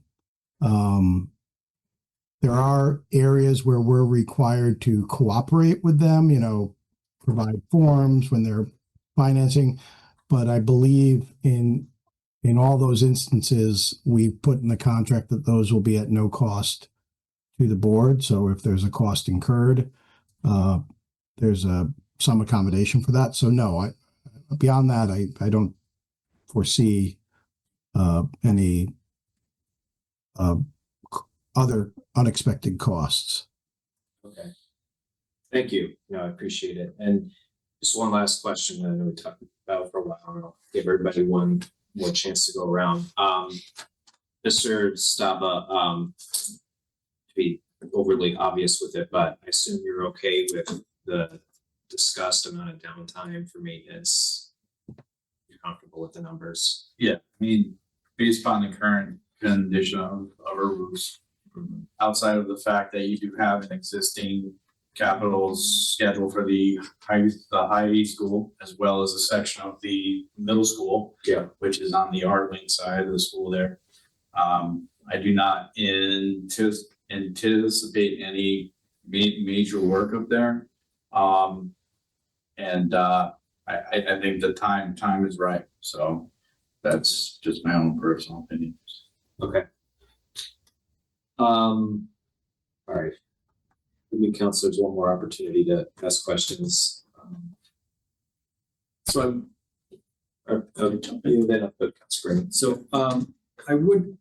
no project I've ever heard of, especially a 20-year project, the last 20 years, doesn't have hidden costs or unexpected costs. And I would like to understand better. And typically when we do this in the corporate world, what you're going to do is you're going to say, okay, let's identify all the risks associated with this project, quantify those risks, determine whether or not the likelihood of those risks to in fact exist, and then you would set up a reserve on your books associated with those risks. You can either write that reserve off in 10 years, you can wait till 20 years, but you put something on your books to say that there's a potential cost here that we need to consider. That, right now everything looks perfect and rosy, but something always comes along in 20 years. So I'd like to understand that better, and maybe we could find that information out. Our attorney mentioned that there's been some projects that he's been involved with over the past 15 years. We could talk to those people and say, what unforeseen things happen in those 15 years that we might want to think about. I would like to also understand the impact of the parking lot on the town, because on the school, because there's gonna be additional plowing costs associated with that. There's water runoff issues associated with where's all that water gonna go that's coming off of these things? Does it just, fall directly on the cars below? Are there drainage systems? What kind of impact does that have as far as frost heaves go? Does it shorten the life of the parking lot? What's the additional cost associated with repaving that parking lot every 5-10 years? That has to be redone. Those are additional costs that we would not have if it was not for the system. So there's things like that we really do need to identify before I'm willing to sign off on something like this. I just want to mention something about the paving, okay? And one of the things you guys are going to get to chew on next year is a 3-year paving plan up there that I'm actually putting together that will start in 2030, 2031, and it'll extend over a three-year span. We kind of estimate that in the parking lot areas of the high school that you'll be able to mill, which means that we don't have to reclaim everything, which will be more beneficial to actually milling underneath that as well. It's cheaper than digging everything out. And that's primarily because when you look at the access road to get into the school, you really have to replace your base layer because everybody's essentially driving in the same wheel areas when in parking lots they don't. And so I don't foresee a major issue in the cost in actually doing that from a paving perspective. And if you look at the fact that that place was paved actually in 2005, we're at 25 years before paving it for the first time. It's due. Mhm. So it's not going to be every 5 or 10 years. You guys can go look at the middle school that's paved this past year. The access road in the back had not been done for approximately 31 years. When you look at that piece, I'm not overly concerned about it. I would like Green Skies to look at water shedding, try to tie in near where we have current storm drains, which should be possible. We may have to look at certain things like how we might allow our food trucks to come in there and drive underneath there for games. We'll have to make sure that, obviously if they're underneath there, they have all their permits, they have everything that they need that a food truck should have anyway. There are not a lot of other issues that I see there after talking with the town and Snow. We like to push everything from call it the 2-bay garage on the right side of the campus all the way to the end, which isn't going to change when You're dealing with concrete pylons now, right? So the trucks, you can't just go flying through there. They're not gonna work around all these concrete pylons. There's gonna be piles building up around those pylons. If they have to, now there could be salt now that goes in between the concrete pylons and the tar itself that then contaminates the things quicker. Yeah. So there's all the things that I don't know the answer to, because I'm not an expert in this, but from the I would think it has an impact. Right. I mean, and you have to change the way you do things, just like, obviously I changed the way we service our HVAC stuff because we have Geo, as opposed to Tolland High School, which was one of the first high schools built in Connecticut that was exclusively electric everything back in 1966. So I think there's the opportunity costs for everything, but when I look at the overall maintenance, it is minimal. It's not going to change my budget very much. It's not going to change our capital plan very much. When we repave those areas, we're going to restripe them. If anything, you'll get more lifespan out of the striping now because it's not being faded by the sun there in the back. No, I know. I'm sorry to cut you off, but I'm just bringing up these points because what I want to do, and if you say there's no additional cost whatsoever to maintain the parking lot, retain the buildings, zero, then let's sign off on that. If the attorney comes back and said there is zero liability associated with anything to do with the equipment, with the roofing, with the equipment on the roof, if he comes back and says zero liability, let's sign off on that. But if there are risks, I want those risks identified, and I want them quantified, because it reduces your gross savings. And there's always risk on a 20-year project. Always. You're never gonna get this 100%. Never. No, I mean, So I I want to understand never where gonna be those zero. dollars are. Yeah, I mean, it's never gonna be zero, but if you think about the 3 roofs in question, you have a brand new school in Birch Grove. You're probably not gonna do major HVAC work in 20 years at Birch Grove. It's actually designed for solar, because it's solar ready. Yeah. And based on the age of that school. And there's very little HVAC on the roof, period, at TIS and the middle school because of your Right. geo. Again, if you're saying there's zero cost, I have absolutely no concerns for the next 20 years, zero, then that's what I want to hear. It's, We can it's say that's close to fine. zero, at least on my side, but I can't speak to the contract. Okay. Well, as part of the installation, to Joe's point, your engineers put together, as part of the package that you're gonna do a risk analysis. Of potential risks for what? Just some of the things that are, project risk for you, Yeah. for the product. I mean, that's a pretty standard thing, right? It's not, you're looking at, because I think I understand what you're saying, Joe, right? So you're looking at probability that's gonna happen and then Right. severity. And then you rate those, you rank them, and you determine, how that might affect the project, if it's a cute little spreadsheet. I know I put them together for clients within what I do, so it might be You can do something that something your like that with- engineers can well, make, could talk about. Yeah. And it's not a lot of items, right? It's not like 25 items, it might be 10 or less. Sure, yeah, I can work well. And that way, that could be presented to Dr. Willett and to the town, and, hopefully we can go into that with our eyes open. Let's talk to some of those 15-year projects. I want to hear their feedback. I mean, to me, that's a very worthwhile resource to see what kind of cost they incur. I mean, I'm wondering if you're even gonna really have to plow that much snow underneath the canopies.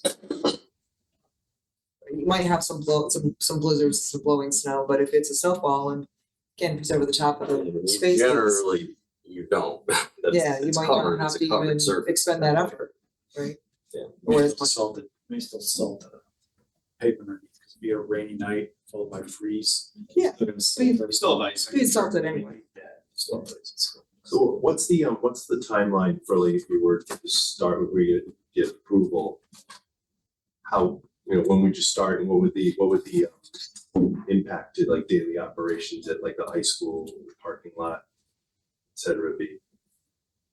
Yep, so because it's obviously a school, we would want to build over the summertime. Okay. When it's less, right now we're doing the police station, so, obviously the cruisers need to be parked. So we have to face the construction, so you can build, 50% of the canopies here, block it all off, and then complete that, and then block off this construction or parking spot. So in this case, though, because it's a school, it's very easy over the summertime. And the canopy, I only think about this because I got a son that's about to turn 16 and get a license. Are your insurance been covered? John? Yeah, I know. I don't want solar credit on Your insurance for my bill. Yeah, right. What are you guys doing to protect your equipment in that back lot from people like my son driving into the pylons or something? Yeah. So the racking, actually, it's not, the racking is going to be at the end of the parking space. So where the steel goes into the ground, it's not like in the middle of where you're trying to back park into it. It's on the edges of the parking spaces. So even a snowplow could easily go right through in the area without having to go around the racking. So we also do put the steel into a concrete cylinder that's probably about 3 feet high, and that's to protect the steel and the solar on top of it. So the car, if your son did back up into it, it would hurt the car. Yeah. Thanks. Yep. Any other questions or comments from council? Gotta think about So these things. who would be responsible for reaching out to those 15-year customers to determine what kind of unforeseeable costs they may have incurred? Is that something Dr. Willett would have to do, or is our attorney, can our attorney provide the contacts, or is that something he could look into? Or, I mean, who would research that? Who mentioned the 15-year customer? The attorney? Is that some contracts that were? Yeah, I think it would be, this is Matt Rinelli. I would recommend, I think Green Skies has provided references for schools that have existing facilities. I don't think the references list the age, but I would start there because obviously I have client confidentiality issues. I could certainly work with them if they can't locate enough references, but that would be my suggestion. Yeah, we can do that. I mean, you have quite a few districts that, I think could speak to that, Fairfield, North Haven, How old? New Yeah, how Haven, even people from Brookfield, and I'm positive they're gonna come back with it. This was worthwhile. And, the thing we gotta keep in mind too is these tax credits are not gonna be here much longer. There's plenty of evidence that this kind of arrangement is beneficial for districts. And I think as Attorney Rinelli said, in his career, he can't think of anything that comes to mind immediately that there was suddenly, somebody coming back to him wanting to go after the company because of some failure. I think it's a pretty good bet right now, especially when you look at where Eversource is headed. A 30% increase over that period of time, that's more of the future than it is the past. So even the last 15 years of experience these individuals had, although I think will be positive and has been when I've talked to them, it's not going to be comparable to even what's ahead of us. If we don't do it, we're gonna be heading paying out more direction. But our credit's Not fixed. mitigated. Our credit's fixed for the next 20 years, regardless of what the rates do. Right, so we get credits for the next 20 years. Right, but it's a So fixed we're, credit. it'll be less than it would have been otherwise. Regardless. Yeah, if we agree. Again, Dr. Will, when you ask these other schools, I don't want to hear about a school that's only had this for 5 years. I mean, I'm looking at the long-term ones, the 10 to 15-year programs is what really we need to see. And if they come back and say, I've had zero costs, I'm not buying. Because somewhere there's costs, additional costs that have lowered the gross benefit here. And that's what I want to understand. So just going back to the motion or the resolution up on page 55 of the packet. Maybe I would suggest, based on the discussion we have tonight, the time-sensitive nature of the issues, that an entertain motion for the resolution, provided that the Board of Education reaches out to towns that have had the system for 10+ years, and also I can't remember the exact phrasing that you. So I asked for what would be termed a risk register. The risk register. Right. And a risk register would include things like tariffs, like, the Yes. 30%, the loss of the 30% tax credit, the availability of materials, all of that. Yeah. Sure, yeah, that's easy. I mean, that's the kind of stuff that we basically already done, and just not, integrated into what's, in the presentation. We have no interest in this. Roof warranties, things that Yeah. Joe identified. I'd suggest maybe having those, and since the contract has not been negotiated yet, perhaps you could say that provided these are provided to the Board of Education and Town Council before a contract is signed. Yeah, so I'll make that motion with the caveat that Jacob just mentioned. Yeah, risk register and towns that have had the system for 10+ years of contact. Yep. Okay. Yeah, second. Okay. Is there any final discussion on this? Councilor Shay? I'd say towns or customers, because there's a customer that's had this for 15 years. It's not necessarily a town, it could be a commercial building, for example, that put these on their roofs. What's their experience? Their commercial buildings could have, they own the building and they're putting in they basically got the same agreement worked out with these guys, and they've had this for 15 years. What's their feedback? You're just suggesting that the Board of Ed or the town can reach out to a larger number of customers, not just towns. Yeah, not just towns, schools. There's commercial properties that could have done the same thing. What's their experience? It doesn't be as They're older. amendment to the motion? So. Yep, that's fine. Are you good with that? Any other discussion from council? I'll just say that I think the town is assuming less risk with this project than we did in previous projects, so I think that's a positive thing. Yeah. I also think that, the town council, the board of ed, has an obligation to try to stay what we can. And so I thank the board and Dr. Will for exploring these avenues because electricity is just getting more and more expensive. So I do think those are positive things. So thank you all for coming in and doing this. I appreciate it. Thank you. Certainly. Yeah, to be clear, I am supportive of it. I just want to dot our i's and cross our t's on every possible thing we think of here. All right, I'll go around and do a roll call vote. Councilor Buckler, Aye. Councilor Greeny. Aye. Councilor Moran. Aye. Councilor Shay. Aye. Councilor Levy. Aye. I'm an aye as well, so that resolution is adopted. So, and thank you for during the gauntlet of questions. I appreciate That's okay. it. No worries. Yeah. Appreciate it. It's good discussion. Thank you. Thank you. Thank you. Thank you, Dr. Miller. Mr. Stopp. Thank you. All right, that brings us to item E2, the presentation and discussion of proposed revisions to ordinance 60, also known as the Tolland Tax Relief Program for permanently disabled and senior residents. Great, thank you, Chair. So as you know, we have our ordinance 60 here in town.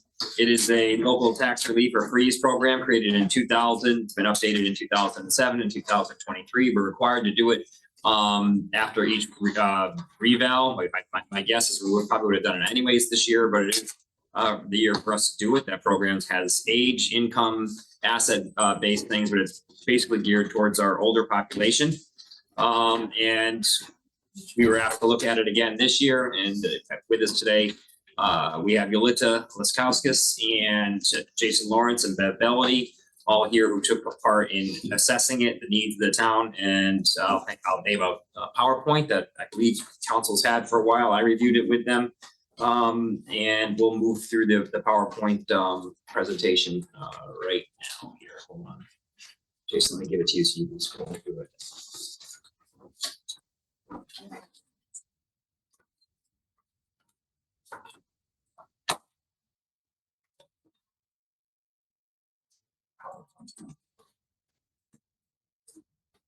Share.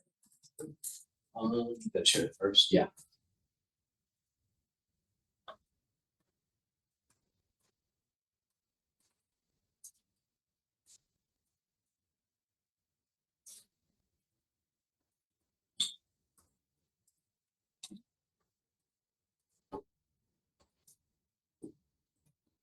I'll go through like that. Yeah, I mean, in the interest of time, it's run. Okay, so look, as Brian stated, in the year following the reevaluation, we're always going to discuss the local ordinance 60 with the council and see how things are going. And as part of that, some revisions were mentioned, and Yolita, Bev, and I met and discussed some of those changes that we might be able to make in order to have more folks maybe qualify for the program. So we will put together this nice little PowerPoint presentation. Good start.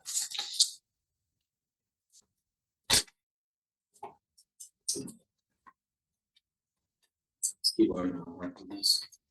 No. Okay, the background of the ordinance. The ordinance was created in 2000, provides tax exemptions for our eligible seniors. We did a revision in 2007 grand list for the 2009 fiscal year, which encompassed a lot of changes with an asset test, and we had some issues with incorrect exemptions, just calculating it wasn't really working well. So we revised it in 2007 and again in 2023 for the fiscal year 25, which was increasing or changing our benefit to a defined benefit, which was that $300 year one and $100 every year after. Grandfathering all those folks that were underserved in that program. And that's what that that revision was. Right now, we're looking at how we could get more folks involved. This current year coming up in our application, the income level goes from $78,000 to $81,000, $50, and we're proposing to add $100,000 to that number. So it'd be a change in the income for the program to allow for more folks to get it, to qualify.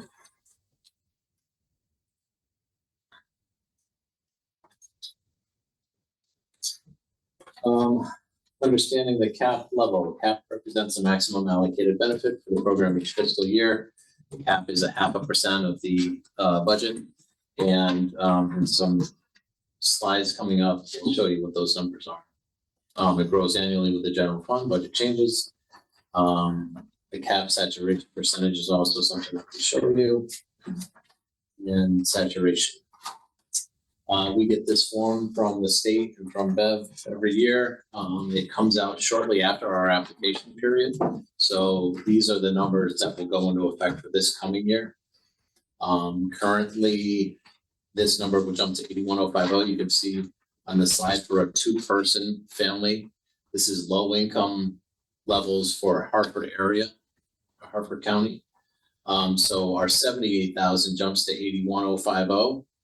And what we thought would be a reasonable increase was 10,000 over that.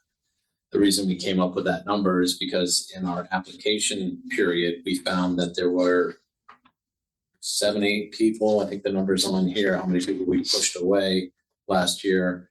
10 people that were over income, and that we felt that 10,000 would allow those people to come in. So they were within those $10,000. So they're close, which is just outside the limit, okay. Right. We considered other things here like a 4-person family, but that's not what the intent, I believe, was of this program to start. But that would bump it up to 101,000. And the way that our program works is whether you're a single person living in a home or 4 people living in a home, it's household income. So a single person could have a gross income of 101,000 and still qualify for this program. I don't believe that's really serving our low income folks, or you're getting into people that's not low income anymore.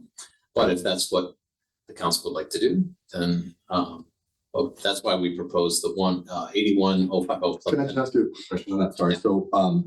So I know we're talking like the 81 plus the 10,000 to capture the people that we're talking about that are close. So, but would you effectively add like 10,000 to each of the categories of like, so if it was a 1 person? Yes. Okay. So that's across. But we don't follow that, just to be clear. No, we have only used two person forever since this inception of this program. Okay. And so that 81,050 was 78,000 last year. So if this was adopted last year, we would go to 88,000. So it's always what we're looking to do is add 10,000 to whatever this whatever number comes out. And that's why it's not a fixed number in the ordinance, because we want it to fluctuate. Yep. Okay. Thanks.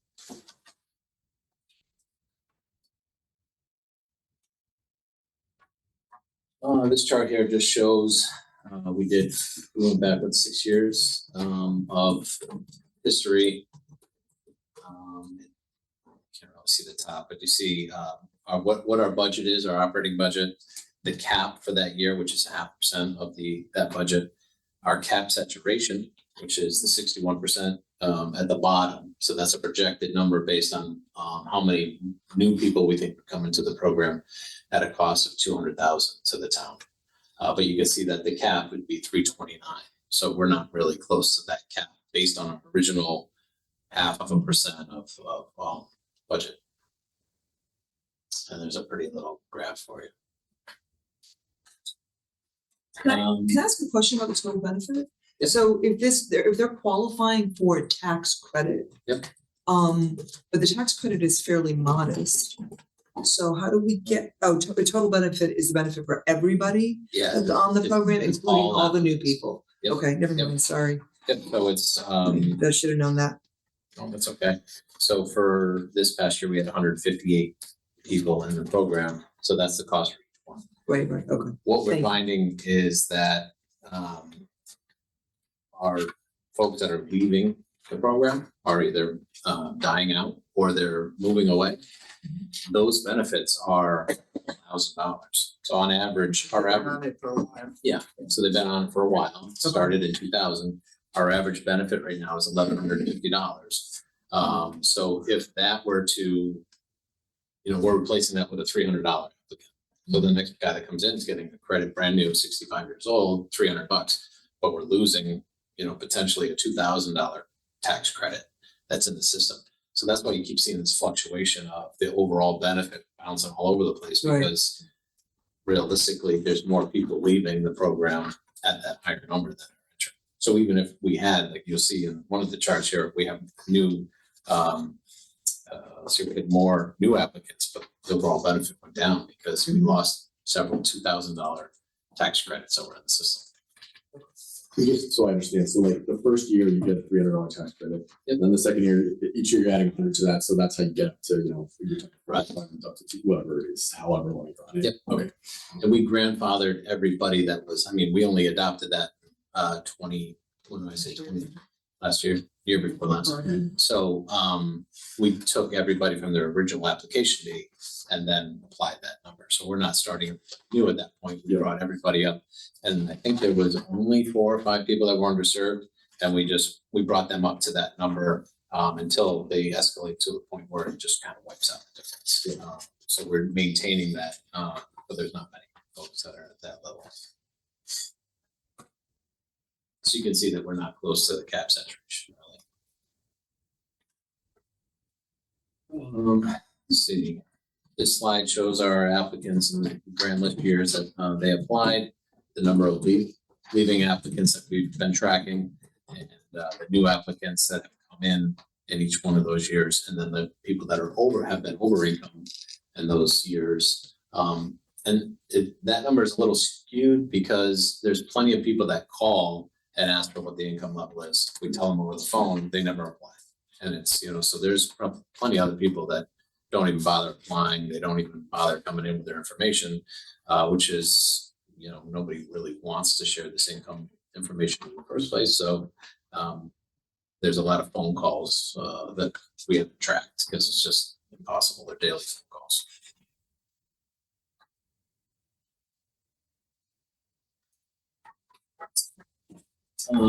This slide just shows how the income level has increased over time.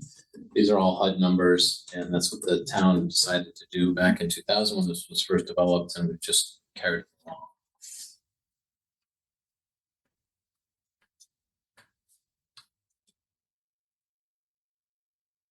along.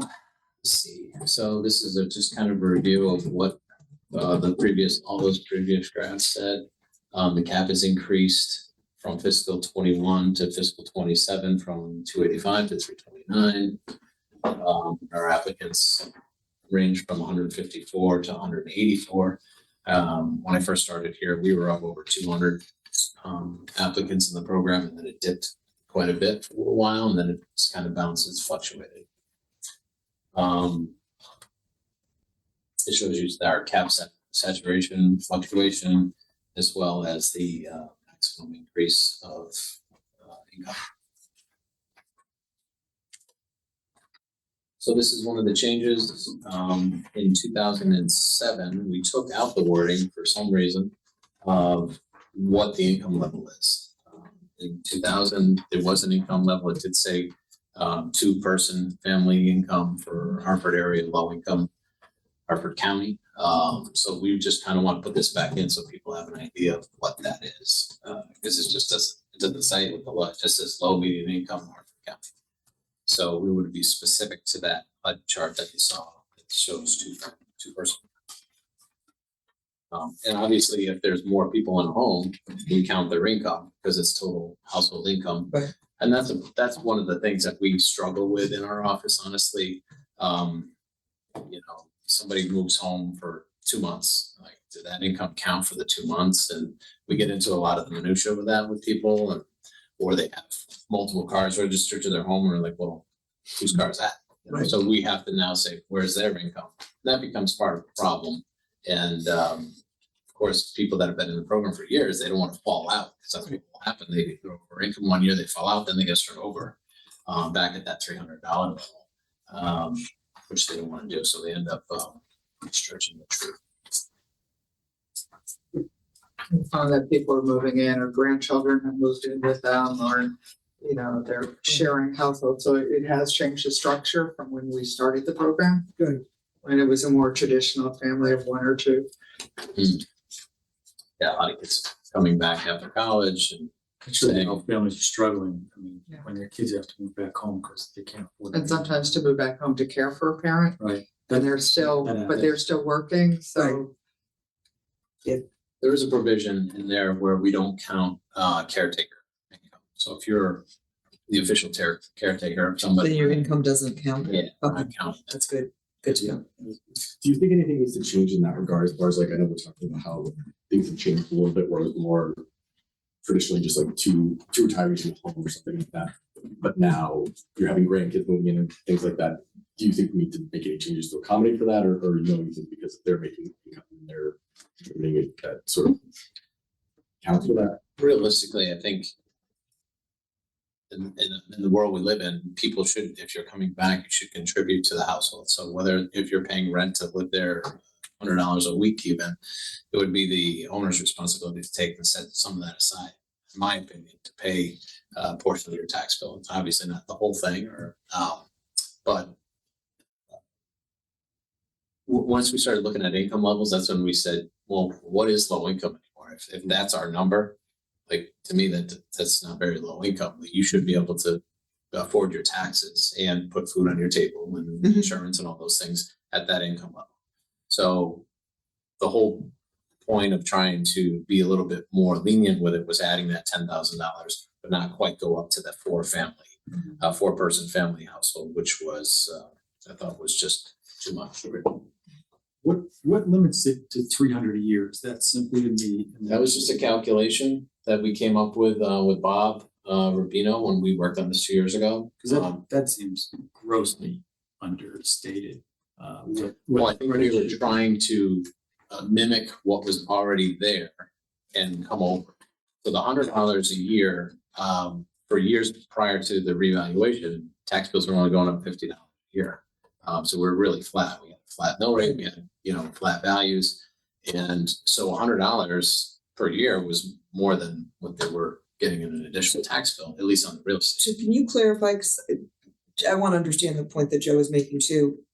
So if I qualify for this, and so I qualify, so in the next tax cycle, I'm going to get I'm going to qualify for a $300 credit. You're going to take it off my taxes. And then if I remain qualified, what happens to me the following year? Yep, it's just another $100. So year two, you get $400. So it's 300 plus 1 is 4. Yep. And if I qualify for the third year after that, it's Now you're- 400 plus now you're- 100 is 500. Right. Yep. And it accumulates through until Thanks. I understand what you're saying. Is there a cap? 75% of the tax bill. Yeah, that Oh, okay. just got updated in So red. that- yeah, that's leading to the, you just skipped And I ahead. think when it Sorry. was, before you did a set amount, it was difficult to calculate with the mill rate and everything and what their benefit really was. Yeah. Right. Sometimes it was lower and Yeah, the revision from 2 years ago it saved us a ton of work, and for you guys to, when you actually pass the budget, for us to then calculate this program and then move on, get tax bills out. Because we used to, the program was lowest tax when first applied. So what you did was, if your tax was $1,000, $2,000, it could never go above that. But if it went below, we would have to take the new lower number. So once the mill rate was struck, we would have to then run all these through the calculator to do that. So we needed a couple of weeks really after the mill rate was done in order to do that, so we could send the file off to get tax bills done. What nobody anticipated was veterans exemptions and low income veterans exemptions and all these other exemptions that we have started to earmark some of these as the lower number. And then if they lost that low income level because they started working again, like a veteran started working again, now that assessment got locked at the lower number, even though their taxes should have gone up.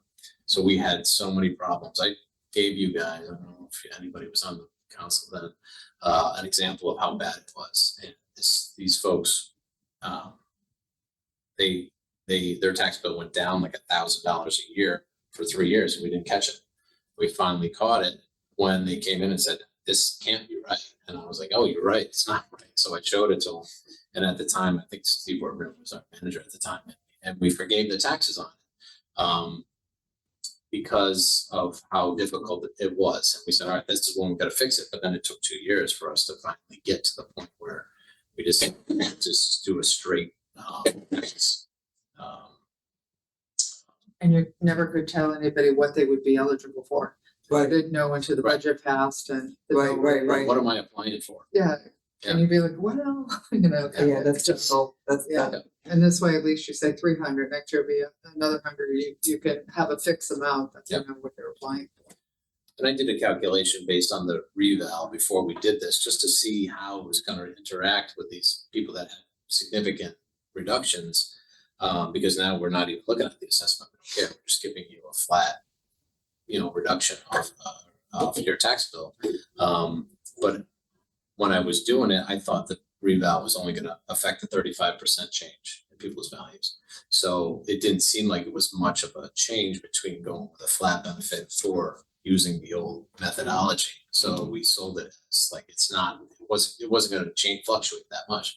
But as you found out this past year with the reval and mill rate changes, and then most people's tax bills went up about 15%.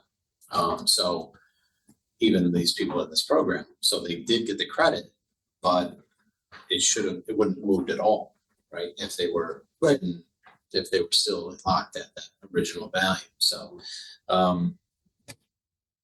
So you said the average benefit is about $1,150? yeah, it's just, taking. Do we have the average tax amount that they pay per year? People that are receiving the benefit, to me, that's important to know. Are they still paying $10,000 a year in taxes and they're getting $1,000 benefit? The majority of these bills are probably between, let's say, before the benefit, like 3,500 to 6,000. That's the level of the homes that you're talking about. That That's bigger. But I mean, 6,000 is still substantial. Is there a net worth limitation Yeah. on this also? Yes, And not your home specifically, but anything above and beyond the home that you live in, it's 10 times our cap. It's 10 times this. So you get an exemption for your primary home that you're living in, but if your net worth, which is all of your other assets,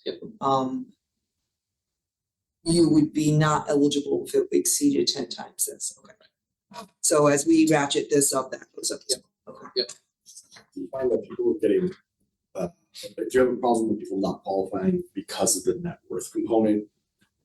No, most, we've had a few people come in, we asked them about other properties and they, they get the smirk. So, but we don't really have any police powers to do anything about it. I'm not gonna go searching where other home might be in the Cape that's gone from 100,000 to now 800,000 value, So, it's an honor system and, we just kind of roll with it that way. Locally, Ask as many questions as we can. I mean, Yeah, so, locally, do you require like proof of income for the people? yeah, so the application period is February 1 to May 15th, which gives them time to file their federal income taxes, and we ask for that. Or all the documents, if you're not filing federal income taxes because your income's too low, then we ask for all the same documents that you can use to file. Okay. Yeah. So if you have significant assets, it's going to be on that tax return anyway. And in human services, we're doing our fuel assistance programs, earning retirements, we're screening them at the same time and having them apply for this program. So, Right. and the guidelines we use are the same ones we use for housing rehab, the affordable housing. Nonprofit uses these guidelines as well. So, because they're kind of tied to the housing market. Yep. So.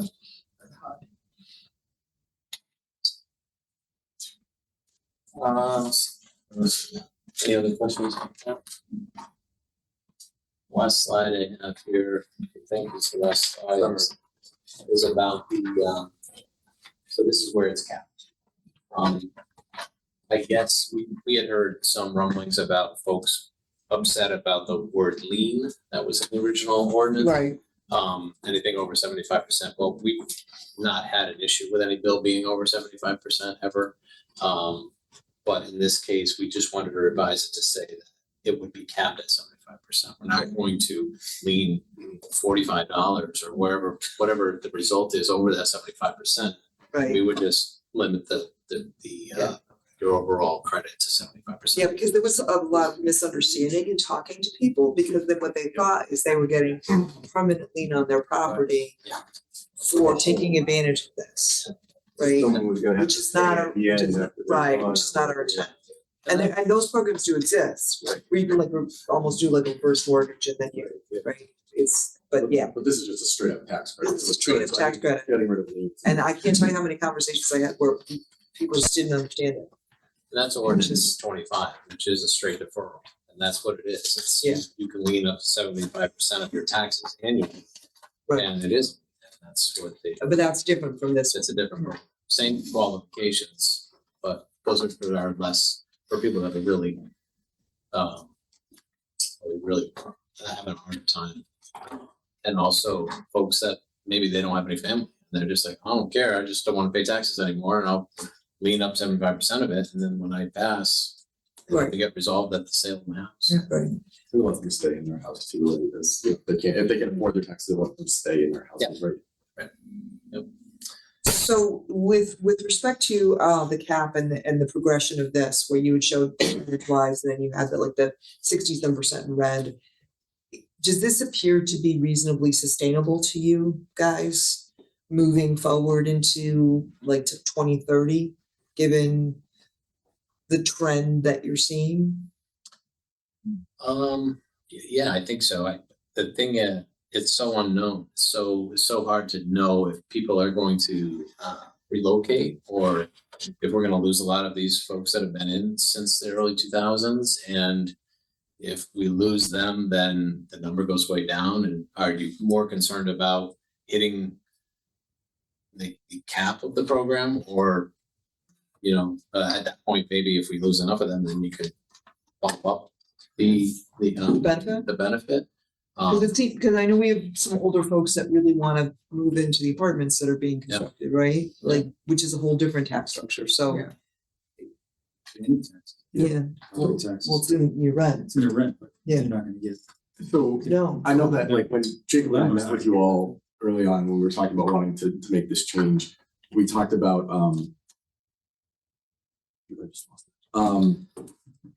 I have another question, but Being more general. doing this incrementally, right? Making sure that the changes we're making are sustainable going forward. Yeah. So obviously there's reading tea leaves, and you can't guarantee, but you're reasonably confident that we're moving in a prudent way, trying to help people, but not being fiscally irresponsible, making drastic Yeah, I just don't know how many new applications we put in. And even if we did, 10 applications is $3,000. It doesn't barely moves the needle. Right. Right. If we lose 10 and gain 10, then it's a loss. So I think that this program, they always thought it was going to go over budget, and it never has. First, So we started, yeah, it was this big scare that all these people are going to apply back in 2000, reading all the old documents. It didn't happen. Then they put the asset test in to kind of make it a little bit more strict at that point, and that didn't move the needle. So I think we've always been kind of underfunded on it, if your intention is to get up to the cap.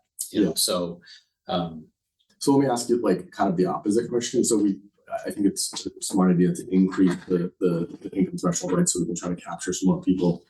Does it make sense, both fiscally for the town, but also practically for residents, to increase the amount of benefit that people are getting? I think you have to do a two-prong, try this, and then in 2 years revisit, just like we did 2 years ago. And then if at that point you see that you've increased your applicants, then you can increase your benefit at that point. So, because you don't want to, if you do two at the same time, you're gonna have to backpedal. What would happen is if we reach that cap, then we then have to prorate each and every one based on what we went over, which could be a huge pain. administrative. And that would be counterproductive too, to the people who are, yeah, we don't want to take away something. So your suggestion is increased income cap now, right? If this goes well, in 2 years, we'll talk about maybe, okay, now it's doing to revisit the amount of benefit, right? So we're talking like stepping into these things. So I think that makes sense. Yeah, your council and with us too, we want to see this used. And, you know, it says every 5 years. Guess what? We're doing it a lot more than that. And I don't see that changing in the foreseeable future. I know we're going to look at it as long as I'm here. I'm kind of looking at it every year, but every 2 years seems reasonable. And this is, I know Melissa did a lot of work, but Jason going into this, but this is not a crazy heavy lift to make these adjustments. So we're happy to do that. Yeah, no, I agree. Thank you for the work. I know, appreciate that you were early on. I think too, and if we do the new program, kind of do a little bit better job of marketing, because some people just think it's 300 and that's it. And that each year is going to be 100 to go. So because some people say, well, I don't want to give all that information for just $300, you know. So before they didn't even know what they'd get because we'd have to wait. But so doing a better job that you're starting in this program and it can. And even just putting out like an average, right? So that, right, like this is how it works, right? It's increasing every year, but also just, you know, like here's an average with about just so that, to your point, right? It is more substantial than 300 bucks a year. Yeah, to be completely honest, even going into this meeting, like I thought it was smaller. Right, I did too. That's why I asked the question, what happens the second year and the third year, and because the language in the statute is not straightforward. No, and I probably read it 5 times trying to explain to somebody, and I was still not sure of it. So knowing that it's cumulative is better. But I agree that if we can look at trying to expand that benefit, that would be helpful also. Yeah, apply now and the benefits will continue as long as you're eligible. So. We have some older applicants that their house, when it was in the old lowest tax when first applied, they're at 64% of their benefit. So there's some people out there that are getting $4,000, almost $4,000 off their tax. Because they've been on so long, and they also had some fluctuation in their valuation. So that was a measure before. Now it's not a measure. We're just adding that $100 every year. So I mean, it would take time to accumulate to an amount like that now, at this stage. But this is a lot easier to administer and then tweak if you guys want to say, hey, let's get closer to the cap.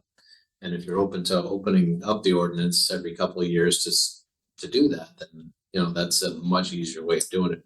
Otherwise, before we were kind of just guessing at what the end result was going to be because you just don't know until the rate is struck. It's a lot of work to in the 11th hour to try to give you accurate numbers. We don't give you a lot of time between the budget. And like Jason, many of these folks also qualify for the other program, the circuit breaker, the exemption, the veterans. So they're actually getting more than just the 300. So when they walk in the door, making sure. Yeah, and thanks, but I know your office does a lot too, right? Like connecting people to a lot of different programs that can help them. So that's good. That's great. Thanks. So, I have a couple comments. This is no criticism on you guys. This is a criticism on ordinance 60. I think the town is incredibly cheap in this ordinance of a $65 million budget, and all we're doing is giving our seniors $300,000. That's a joke, in my opinion. There's other states that are talking about, you know, providing better benefits to our seniors, and here we are, you know, a whole whopping $300,000. That, to me, that's an insult to the seniors that live in this town. I think we should be, I mean, personally, I'd like to see $1 million exemption and bump that $300 up to, you know, starting $1,000 and then maybe up to 75% maximum. You got to give them a real break. You know, our taxes are real in this town. They're not like Tennessee where you pay, you know, $400 a year. Our seniors are paying $5,000-6,000 a year to live in their homes. And to me, this is just incredibly cheap. You know, and granted, it's going to shift some of the burden to the people that have kids in the schools, but justifiably so. I mean, they're the ones who are absorbing the mass majority of the town's resources. So yeah, and no one's ever had a problem with increasing our taxes $3 million to cover Board of Ed costs. So if we increase our taxes to cover a benefit, an additional benefit of 600,000 to maybe 900,000 for our seniors, that's worth doing. We've got to protect our seniors in this town, guys, better than a joke of a $300,000. So I think we should bump the exemption up pretty substantially. And still, it's 168 people. What is that were I'm sorry. Yeah, 160. 168 estimated for.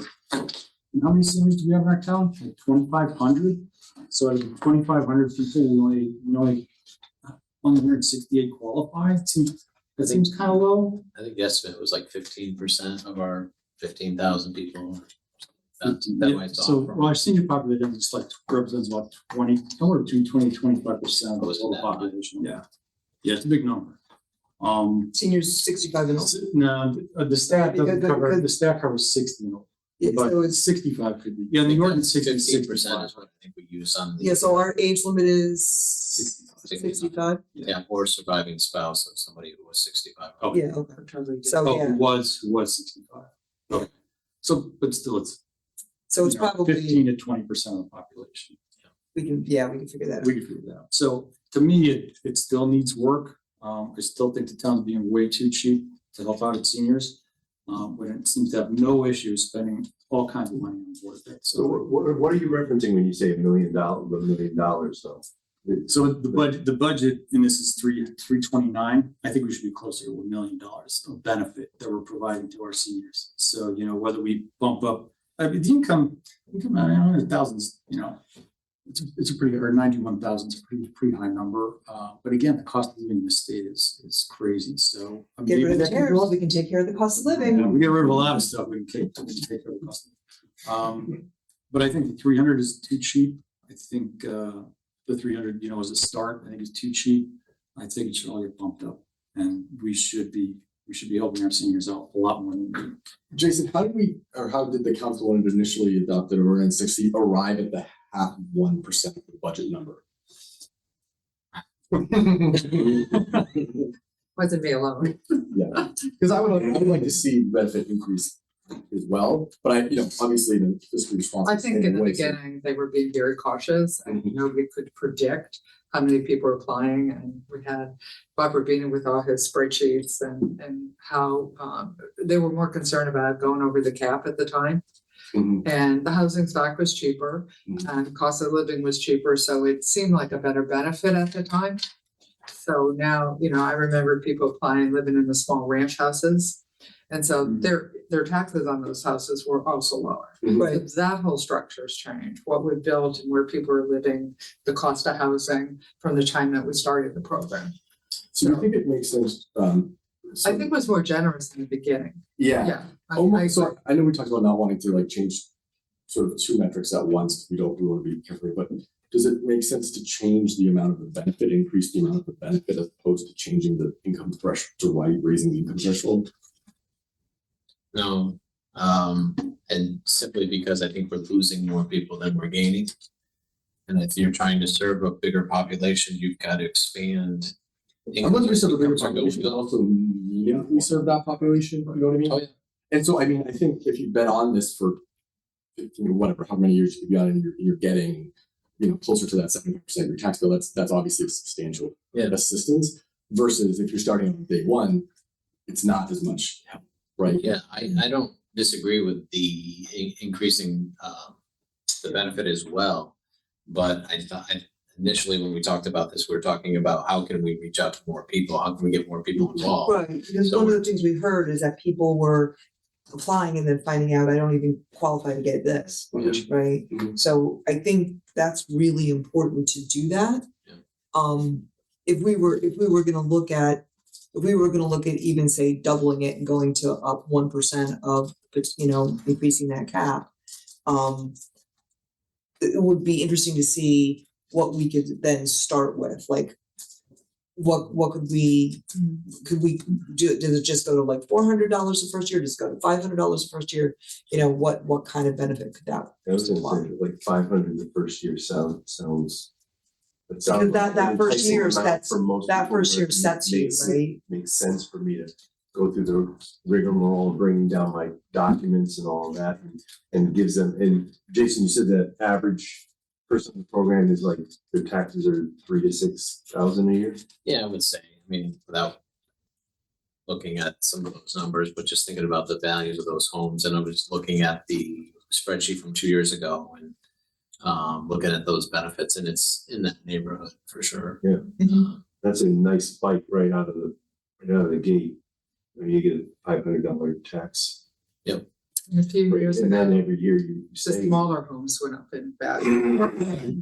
Yeah, well, in the reval from 2019, prior to our crumbling foundations, all those older homes predate 1983 went up significantly in value because those are the homes people were moving into and fixing up, and without the worry of something, a bad investment. So those homes raised those sale of those homes raised all the values of all the homes that were similar to them, which a lot of our seniors lived in. They weren't remodeled and they weren't updated, and they had minimal updates. But now that benefit was on paper bigger because their value had increased, and the benefit of that program was, the way we had it structured before. So it appeared larger, although it wasn't really. It's all just a calculation and a residual amount. Your taxes don't change from one year to the next. So it's a benefit on paper. It's not really, I guess at the end of the day, it's a benefit in your wallet, but you never realize it because it just didn't change from the year prior. That makes sense? Can you run a calculation? So if we wanted to go from, it's actually less than 0.5%, because that was like 0.006. If we go to 1%, even 1.5%, I'd almost like to do two scenarios. Yep. So we're at 600,000 and then 900,000 for credit. And then I would even bump up, since you say there's more people moving back, so that the two person family is now going to a 4-person family. If we could get closer to 100,000 rather than 91, according to the chart here, what that would do to the number of people and the benefit. How close did we get to the 600,000, 900,000? If you're gonna do it, run that scenario, but I would say, do obviously what Councilor Shay's saying, but I would wanna know if we go to the 1%, we keep the cap at 91,000, how much can we increase people's benefit? Yeah, a couple of scenarios. Yeah. Yeah, the 1% at the same cap. Yep. 1% at the 100,000, then 1.5% at the same cap. And then 1.5% at the 100,000 cap. Okay, so 500, 100, multiple scenarios of loaded up front, and then. We gotta be. Do that.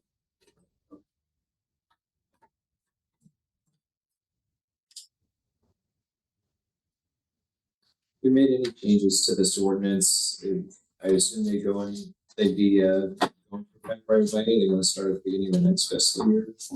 Well, wouldn't we have to budget for, if we're gonna increase it to 1%, right? Well, let me just say, if we increase the 91,000 as proposed, and with that go into effect, it's like In time for the 2025, yeah, I think so, right? Time for the 25 grand list and next filing period, which isn't until next summer's tax. Because that was it's within our budget. Yeah. it's the deadline to apply, so it would not go, or I didn't phrase that properly. If you weren't eligible this past summer, you wouldn't be able to apply. with the higher Yeah, February threshold. 1st would be the first date that you could apply for it. And so whatever changes we make, it's a local ordinance, so you can change them kind of when you want. And then as long as you pass it in time for the grand list date, then. Then it would apply for the next tax season. Okay, yeah, I'm just kind of wondering when you would be able to get an idea of how much of an impact this has to using up that percent that you set aside. Yeah, the only problem is knowing how many people will come in. So, and like I said, if you change that first year benefit, even by $100 and you get 10 people, it's nothing, that's Right. not really a big, doesn't move that 160,000 cost right now very much. So new applicants, not a big deal, but if you then say, we're gonna redo all the calculations and all of them, we go to 500, I'm applying that to everybody. I'm not gonna just apply that to our new applicants. So in doing that, I don't know what that number is, so. You'd be adding like $200 to everyone who's already been on it, right? Is that? No, because it's cumulative, so people that have been on it for 15 years, it's 500 plus, You're right. plus, right? Yeah, but it caps it, so. Right, and then Right. the caps, but the caps are the same. Yeah, but Do can't we- you in just our- start, do the starting number is You- 500 and you just do 5, 6, 7, 8? Yeah, Yeah, but yeah. to back the other people who are already on it. Yeah, but wouldn't that only be 2 years, like the 3s and the 4s? It's for as long, how long has the ordinance been going on? 2000. So for 25 years, so anyone who's still on the program. I understand what you're saying. Yeah. Just give it to the newbies, Yes. you know, coming on. Yeah, and then Screws the old derby. That's getting back into administrative problems. Yeah. too. Right. Because our program right now only has one field to do this and it takes, Yep. it calculates your year entered into the program, it takes 400, then it adds 100 for each year outside of that grand list year. So that's the way it's working on the calculation. I don't want to really get into that. I'd rather just give it all front loaded. If it's 1,000 year one and 100 year every year after, that works. You don't want to start Yep. giving Playing with people that, different yeah. amounts. For the purposes of the budget, do we presume that, because we've never hit the cap, right? Like, we've never hit the cap in the budget. Yep. But do we presume year over year that we could? When we and I don't have my budget book, or I would look at this and I would come up with a number, right?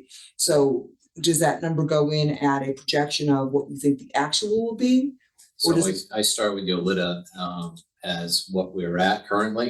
And Okay, because the application period doesn't end till May 15th, okay, I give her that most recent data.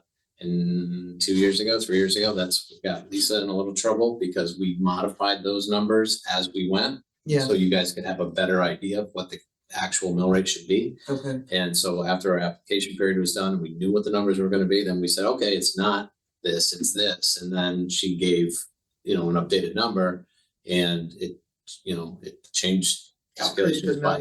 okay, so that's, so it's not, But So that's part of the reason, trying to get it clean for Jason too, so he can give you the right numbers. right, right. if I know how many applicants I have, it's done, yeah. It's, and I can give you that number. And so we're in the neighborhood. Okay. When it comes time. to Thank you, mill rate I just wanted to, because I Good didn't afternoon. realize That is we're- correct. Jason explained it really well. It depends on the mill rate, how it's get calculated, the final mill rate, and what is that amount actually is going to be reduced. And it is close. Thank you.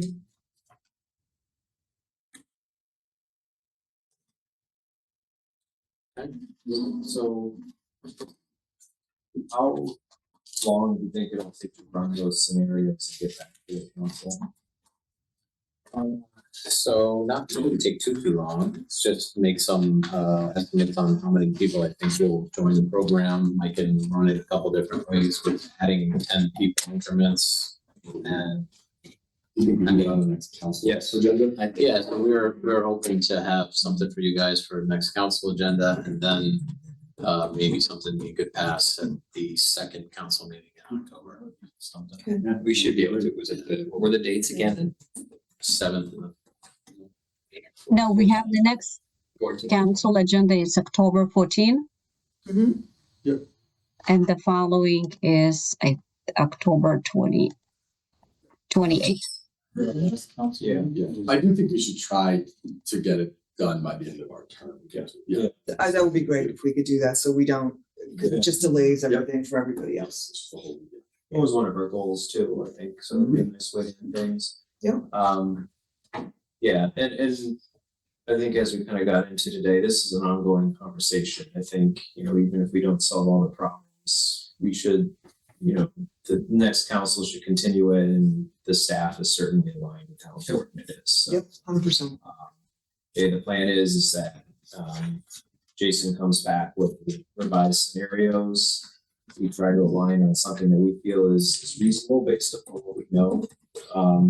And maybe we can also outline a few goals for longer term things that we need to research over the next few months, and then we try to try to pass something on the 28th. Yeah. So, makes sense. Okay. Yeah, comments or discussion on this? Thank you. Yeah. Thanks, Yeah. Thank you. Yeah, this is great. Thank You're you. welcome. Very well explained as well. So Yes, yes. not a super intuitive program. So, okay, so now, we have our last couple of new business items, which we'll go very quickly. Consideration and action on approving the revised building permit technician job description. Great, thanks. We've needed to get this in front of council. Now is a good time as we had some movement in that department. And this was actually something that was agreed upon in the previous union agreement, but we needed to bring it here. And that is some changes to the job description for our building permit technician. And if you look attached is a revised job description and redlined on page, basically the first page is all the major changes in wording there. This has been approved by our labor attorney. And again, it was contractual through the negotiation that we went through with CSCA. And on the third page is something that describes, we prefer certain licenses for the person to have when we hire. That position is currently vacant, by the way. We'll be posting it soon. But these are the changes that we need to put in this job description. Questions? Michael is here if you have any questions. Is a change in salary accounted for in the budget? Yes. And I'm gonna look for some attrition savings and other savings as well, given that there's movement. No. Yes. How long has the position been vacant? Less than a week. And technically. Yes, less than a week. Questions? I'll entertain a motion to approve the revised building permit technician job description as outlined in item 8.3. So moved. Is there a second? Second. Any discussion? Counselor Buckler, Aye. Counselor Grady. Aye. Counselor Moran. Aye. Counselor Shay. Aye. Counselor Beatty. Aye. And I'm an aye as well, so that passes. Item 8.4, I see there are no vacancies to approve, so skip right past that one. Old business tonight, town manager report. Great, I'll try to run fast here. I had a meeting with the folks from the Library Foundation. They're just great people that really support our library. They have some good news. They're gonna want to get on the council agenda pretty soon. It's a way to recognize some of their stronger all donors really. I also met with Tanya Kelly from the Historic District Commission, not for any purpose, just to touch base with her. It was a fantastic meeting. We did discuss the Eversource. I met with Eversource this week in my office to discuss the 3 considerations. They approved all 3 things as I discussed with Councilman Moran on this. Again, the 3 things were if the maple tree dies, then replace it. Please don't plant it underneath the power lines. It was their request, and then the notifications when we meet, and we did everything we needed to do to make sure these trees wouldn't get hammered. But sometime between Eversource and the arborist who cut it S1, the communication broke down and they hammered the trees hard. They're going to make some changes internally. They're going to note the account. We're going to do the same on our end to make sure we stay on top of it moving forward. And it's kind of a yearly thing where we look at what they're going to be cutting. And if they're anywhere near the green, obviously, we have our new people that'll be in position in the town for a long time. They're well aware of this. The data issue with not getting any crime data from the Connecticut State Police. I had a meeting today at headquarters. It went very, very well. And the product that they're going to produce, the crime report, I am incredibly satisfied with. There's still some fine tuning. They're going to want to announce it. This is not for the town of Tolland, although it was our idea. It will be for the entire 62 towns that use resident troopers, of which Tolland and Ellington are on the larger side of those towns. This week, Yulita and I met with our bond attorney and we began looking at the process for our bond purchase. Basically, we're at to prove our AAA bond rating that we're worthy of it. We have a great presentation. We went through it granularly I think we're in good shape and look forward to that presentation coming up. Yolita, do you remember, was it September or October? It's actually worked to our benefits, the rates and everything. You remember where that is, Yolita? She's still here. She might have jumped off. No, she's not there. She's off. I don't believe her. I think I want to say it was October. I'm pretty sure it is. But either way, the rates that we're pleased with the rate. We're going to get a pretty good rate, hopefully. Lion's Den has entered a building permit, and we're obligated to sign it. We're watching for the liquor permit, and when the liquor permit comes, I would like to mount some sort of at least vocal opposition at the state level. I will need some help from the public, and we'll start to look at that as we move forward. Dave Corcoran watches every single day for that permit to come forward. I've already met with the Liquor Commission and Department of Consumer Protection on this exact issue over the summer, so they know it's coming. We're just waiting for the application and the hearing process. When the application comes in, we have to have 10 signatures on a petition to generate a hearing based on this permit here, on the permit process, where we'll be able to speak. Citizens there in town could speak out against a liquor permit being there. I would remind everybody that by law in Connecticut, you cannot serve alcohol and have nudity. There has to be what they say, pasties and such. Everyone who's been in this town forever knows that's never been followed in that establishment down there. And I believe it's incumbent upon us to ask the Liquor Commission to enforce that law as much as possible. Our local elections are coming up. We will, as always, have a confidence meeting with our registrars, public safety, DPW, to ensure, and our clerk, to ensure that we're in a good place moving forward. Town did secure an $11,000 grant from the state to help pay for early voting, which was great. Mr. Wyman, I'm sure, is happy, as it was costing us more, and their budget had gone up as a result of that. Our registrars should be able to buy some things to help support moving forward as well, laptops and such, to assist them, things we need that hopefully that the town will now not have to cover. As Councilperson Buckler said, Harvest Fest planning is going well, and believe it or not, we are also in the Christmas parade planning. We made some ADA improvements based on our cannabis fund and a ramp to assist with some of the programming during that parade. But the Harvest Fest is going well. I thank the PCC as always for doing everything they can. Our DPW, our public safety folks, everyone involved in that, it's going very well.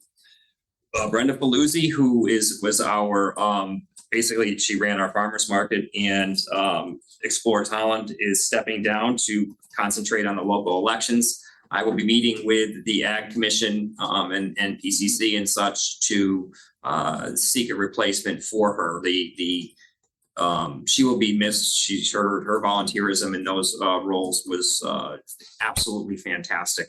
And I thank her for what she's done to this point, but I do anticipate us finding someone to replace. I don't anticipate any hiccups in the farmers market. The basketball court replacement has somewhat started over at Crandall's. You see a lot of tree removal and such where there's been erosion.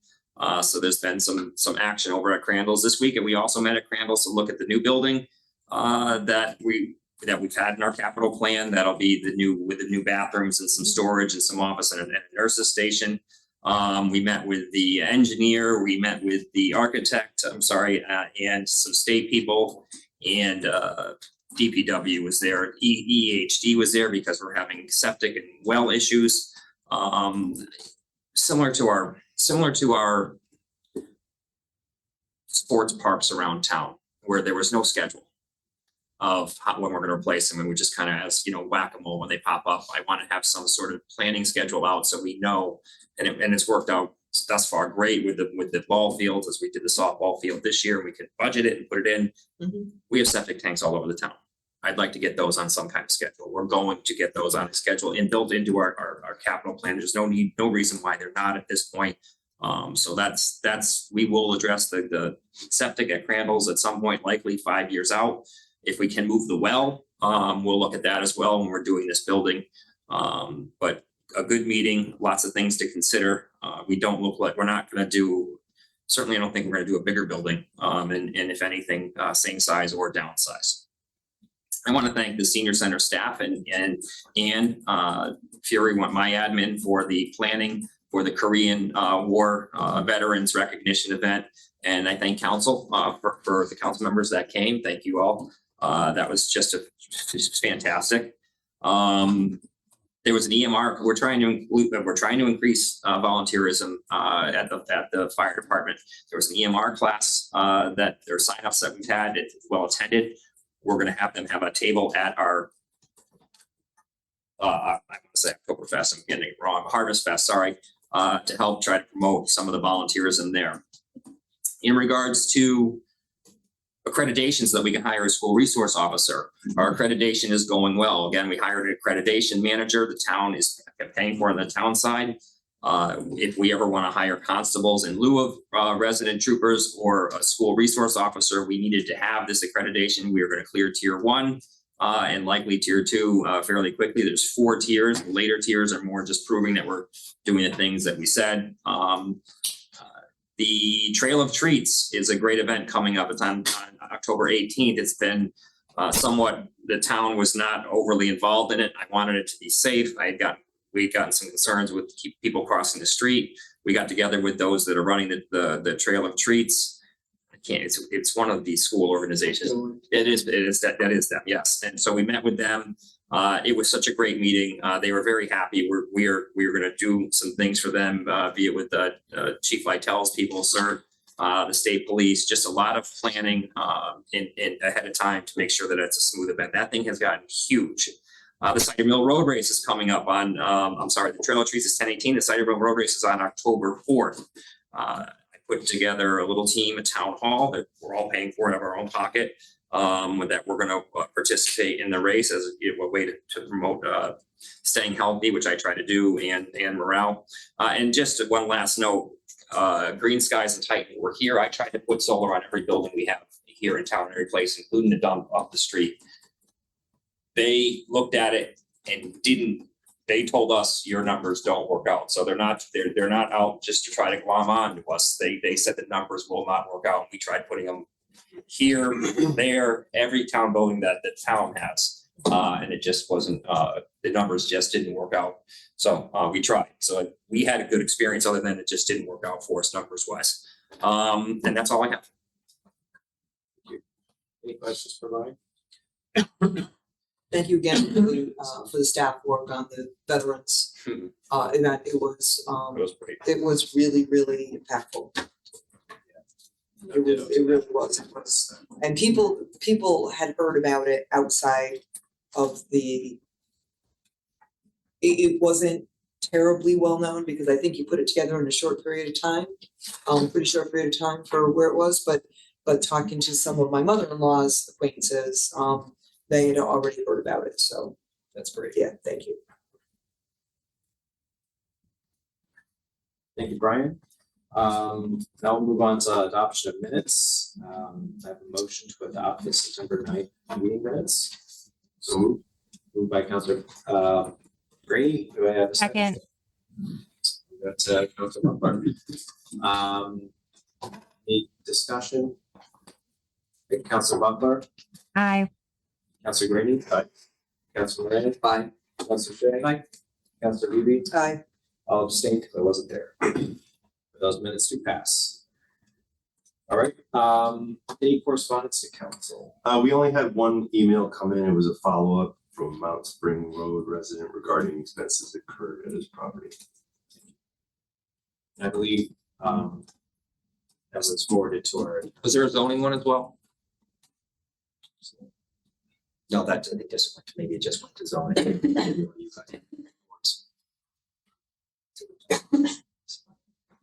Of course.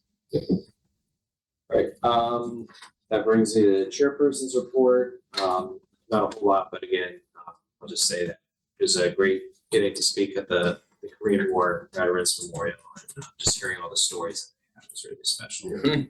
So that been more impactful. Actually, it was jaw dropping. Yeah. It was jaw dropping to listen to those people speak. Yeah, it really was. So definitely think they break their day as well. Who was the gentleman who asked the veteran how many bridesmaids were in the party? Because he married the Oh, yeah. bridesmaid after his like. Yeah. That was fantastic. That was the best line of the day. Yeah, old sailor. Yeah. He was a Navy guy. Oh, he's really special. Communications and petitions from council. I have a couple of quick items. Yeah. I was contacted by a Candlewood Road resident concerning the condition of the pavement on the street. He said sections are crumbling and rolled an ankle while he was on his walk. So I took a drive over, and Candlewood and Brookmore are in terrible shape. They're delaminating. There's big shallow potholes, and I didn't know if they're on the. I will let you know. Plan. They're on the plan. Where they are, I'll let you know. Okay. And if there's any way, I don't know if there's any way to take a look at some of the potholes that are there, if they can be patched in the meantime. Our highway guy is watching. It's director right now. Drost is watching now, so I'm sure I'll be with him tomorrow and discuss exactly that. And then the only other item I had was, we had a high school student that came and spoke at our last council meeting about going down to the nurse's office and finding it closed. The very next day, my son was ill in school, went down to the nurse's office from lunch, and the nurse's office was closed. He went back to the cafeteria the cafeteria teacher that was overseeing it, went back to the nurse's office. They didn't know where the nurse was. And then he ended up in the guidance office for about 15 minutes while he was feeling lightheaded. So the guidance office had to find the nurse. And that kind of spoke to me, because now we're a week into the school year at that point. And we had 2 instances where people were going down to the nurse's office and there wasn't coverage there. And the nurse, I don't know where the nurse was. She could have been out at the other end of the facility. They found her and he got, some help. But it just speaks to me that we went from having a registered nurse and an LPN at every school to having an RN at each school and an LPN split between 2 schools at any given time. So that we have exposure, we have one deep in our nurse's office. And health and safety is an important thing that I'd like to see the next time the budget comes around, that we not only hit our educational requirements, but we hit the health and safety requirements, because God forbid the student has a real emergency. Well, if you have students with diabetes, or you have a student with medically advised Exactly. student that has a health care issue, and this nurse is occupied. Right. You have one person to try to handle, but God forbid, something else happens. Exactly. And you can't plan sicknesses around when the LPNs are going to be in the building for backup. So, the nurses have a right to have lunch if they're handling a sensitive issue behind closed doors. They can't be available. But we were a week into the school year at that point when 2 data points of kids at the high school that can't get health services when they need it. So Thanks. Councilman Luke. You had a question or? Yeah, just a couple of things. One, just to piggyback on the Korean War veterans service, that was great. Great to attend. My grandfather, who since passed away, was a Korean War vet, and I know some of them just even being recognized was meaningful. So I thought it was great being there. Thank you, Jacob, for your remarks there. And then I'll just mention something that I think Brian touched on in the town manager's report. I had worked with Brenda Pelusi to try to get some more funding for the town for early voting, and so the town got more than at least Brenda was anticipating. So I'm glad to see that early voting is important. We need to ensure that our residents are able to vote, make it as easy as possible for them. And so it's always good when we don't have to, that's obviously a financial burden for the town, but it was nice in this instance to get some state support for that. Absolutely. Absolutely. That's a huge impact to seniors also. Yeah. That's a huge impact. Anybody else today? Happy Rosh Hashanah. Happy New Year. Yeah, it's late. Nobody's on anymore, but should have mentioned it sooner. We had talked, you had given a brief description or a brief explanation explanation to me about where we were, or actually where we are not, on the ADA walkway on the green. Yep. Can we possibly schedule, either Yes. an agenda item or whatever we need, executive session, you guys tell Executive me what session. you need, so that we can talk about that to try to. You want the attorney to come in, right? Yeah, that's what I had asked. Yeah. Then it would be Yeah, thank you, executive Charlie. session. Yes. I forgot about that. Yes, Yes. that would be great. Yes, I'm looking at the attorney to No, confirm that we need the attorney. That's Thank the you, whole point, yeah. thank you. Yeah, is it something we could do next meeting, Brian? It's an outside firm. It's not Rick. It's not an easy one for him. I have to see what their availability is, Okay. but I'll check on that. Thank you. Yeah. Appreciate that. Look at the coming attractions as well, see how busy that one is. And so are you moving forward on like an SRO thing? No, we want to have that feather in our cap in case we do move forward, that Okay. that the state requires us, if we're gonna hire. Yeah, I understand where you were going with the accreditation, and I know that you were talking about it a while ago, and I just wasn't real clear on, We have a meeting tomorrow. okay, so you're, okay. One has nothing to do with the other, but we're doing the accreditation just to be. Assuming we're gonna hire somebody at some point on having. Okay, so this is that's a stepping, okay, thank you for the Yep. clarification. That's like, yeah. Yeah, because I know that's a hot button item also. Thank you. Yeah, no, that's a good point. Yeah, the Board of Ed and town council leadership, and then the respective town and school leadership are gonna have a school safety focused discussion tomorrow morning. To discuss short and long-term plans with regards to that. Okay, thank you. Anything else? All right, that brings us to our last public listed participation, this time with a 3-minute limit.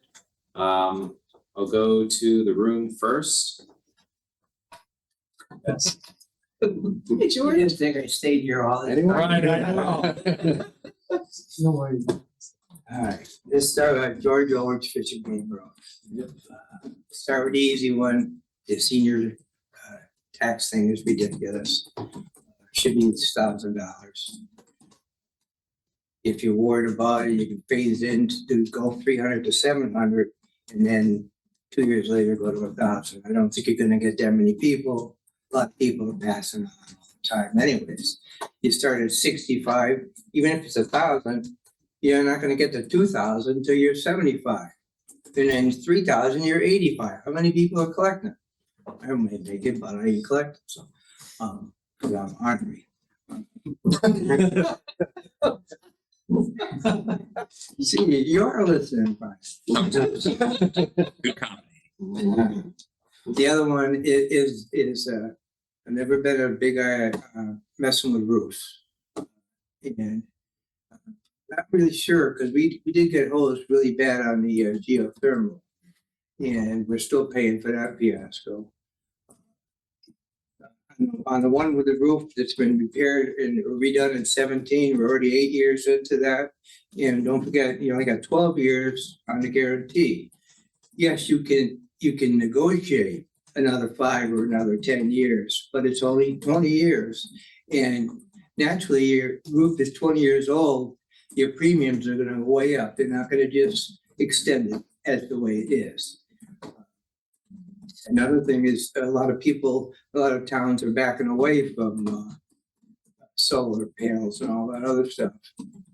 People put them in fields and all this other stuff. I'm hearing a lot of stuff about noise, vibration, The home, humming, and because stuff they're like using that. cheaper, Is right? that gonna mess up our schools? We're gonna hear all of a sudden from kids in school saying, I got a headache all the time because of the. I would imagine when the sun is right over top, these things are gonna hum. If they're gonna hum at all, that's when they're gonna get the vibration and stuff. So to that aspect, I agree with you, Joe. Go to some place that's had these things for 15 years. Is everybody saying, no, that's not a problem, if kids aren't complaining, all these other things, fine. But, and another thing is, friends of ours, when they went with the solar panels, they said either fix your roof or when it's time to do it, take them off. We'll take them off if that's part of our agreement, but we won't put up used solar panels. So if they've been up for 12, they're not gonna put them back up for 8. You're gonna buy new ones and you're gonna pay the difference. So there's a lot of stuff in there you have to watch out for. So we really ought to think about that. And another thing is I keep hearing the rumors and everybody keeps pushing it, that they wanna close the intermediate school or whatever that one is down here on Fullest Road. So if we put solar panels there, we're just gonna keep that building open and reap the solar panels and all this other kind of crap. That would be more of a better place to turn into senior housing. Don't forget the high school that was built now, the newest one, can accommodate 1,300. There's what, 700 in there? We have one of the smallest, we've got the smallest football team in the state. Because there just aren't that many boys in school, 329. The other school, it was a high school, when we updated it, it had ability for 1,100. Just those 2 schools alone have the capacity for all the kids that are in school right now, without another Birch Grove, without this other one. Yes, it would have to move some around. Maybe you'd have to have 6th or 7th and 8th go up to the high school and move the kids from here up to the other school. A lot of things can be done, but be very cautious about solar panels and getting our foot stuck in places. So do some research. Thank you. Thank you. Thank you. I'll go to the room. All right, I'll go to the line. You're gonna make me get up again? We'll go to Jody. Hi, Jody Coleman Marzialo, 79 Tolland Green. And George, I like what you said. Do your homework about the solar panels. I am very happy, though, to see that our town is finally exploring them out in the schools, because it seems like every town surrounding us, if you look at them all in a 360-degree radius, all have them. A beautiful example is the Putnam Community School, which I drive by very often, or the Pomfret Community School. It's a lovely school. The solar panels blend. They're very efficient. Ellington has them, Manchester has them, Vernon has them, Mayo Smith has them, Coventry has them. Shall I go on? And the best thing about it is they are very economical, and they are going to help our planet in the long run. And I'm speaking from somebody whose husband used to sell oil. So I like that decision. And I also wanted to thank the town council and thank Councilor Moran for bringing up the tree trimming and following through with that. I very much appreciated that. And our green is definitely a treasure and on the National Registry for a very, very specific and great reason. Thank you very much. Thank you. Anybody else online who'd like to speak tonight? All right, not seeing anybody. I'll close off public list of participation. Is there any objection to adjournment? Seeing none, we are adjourned.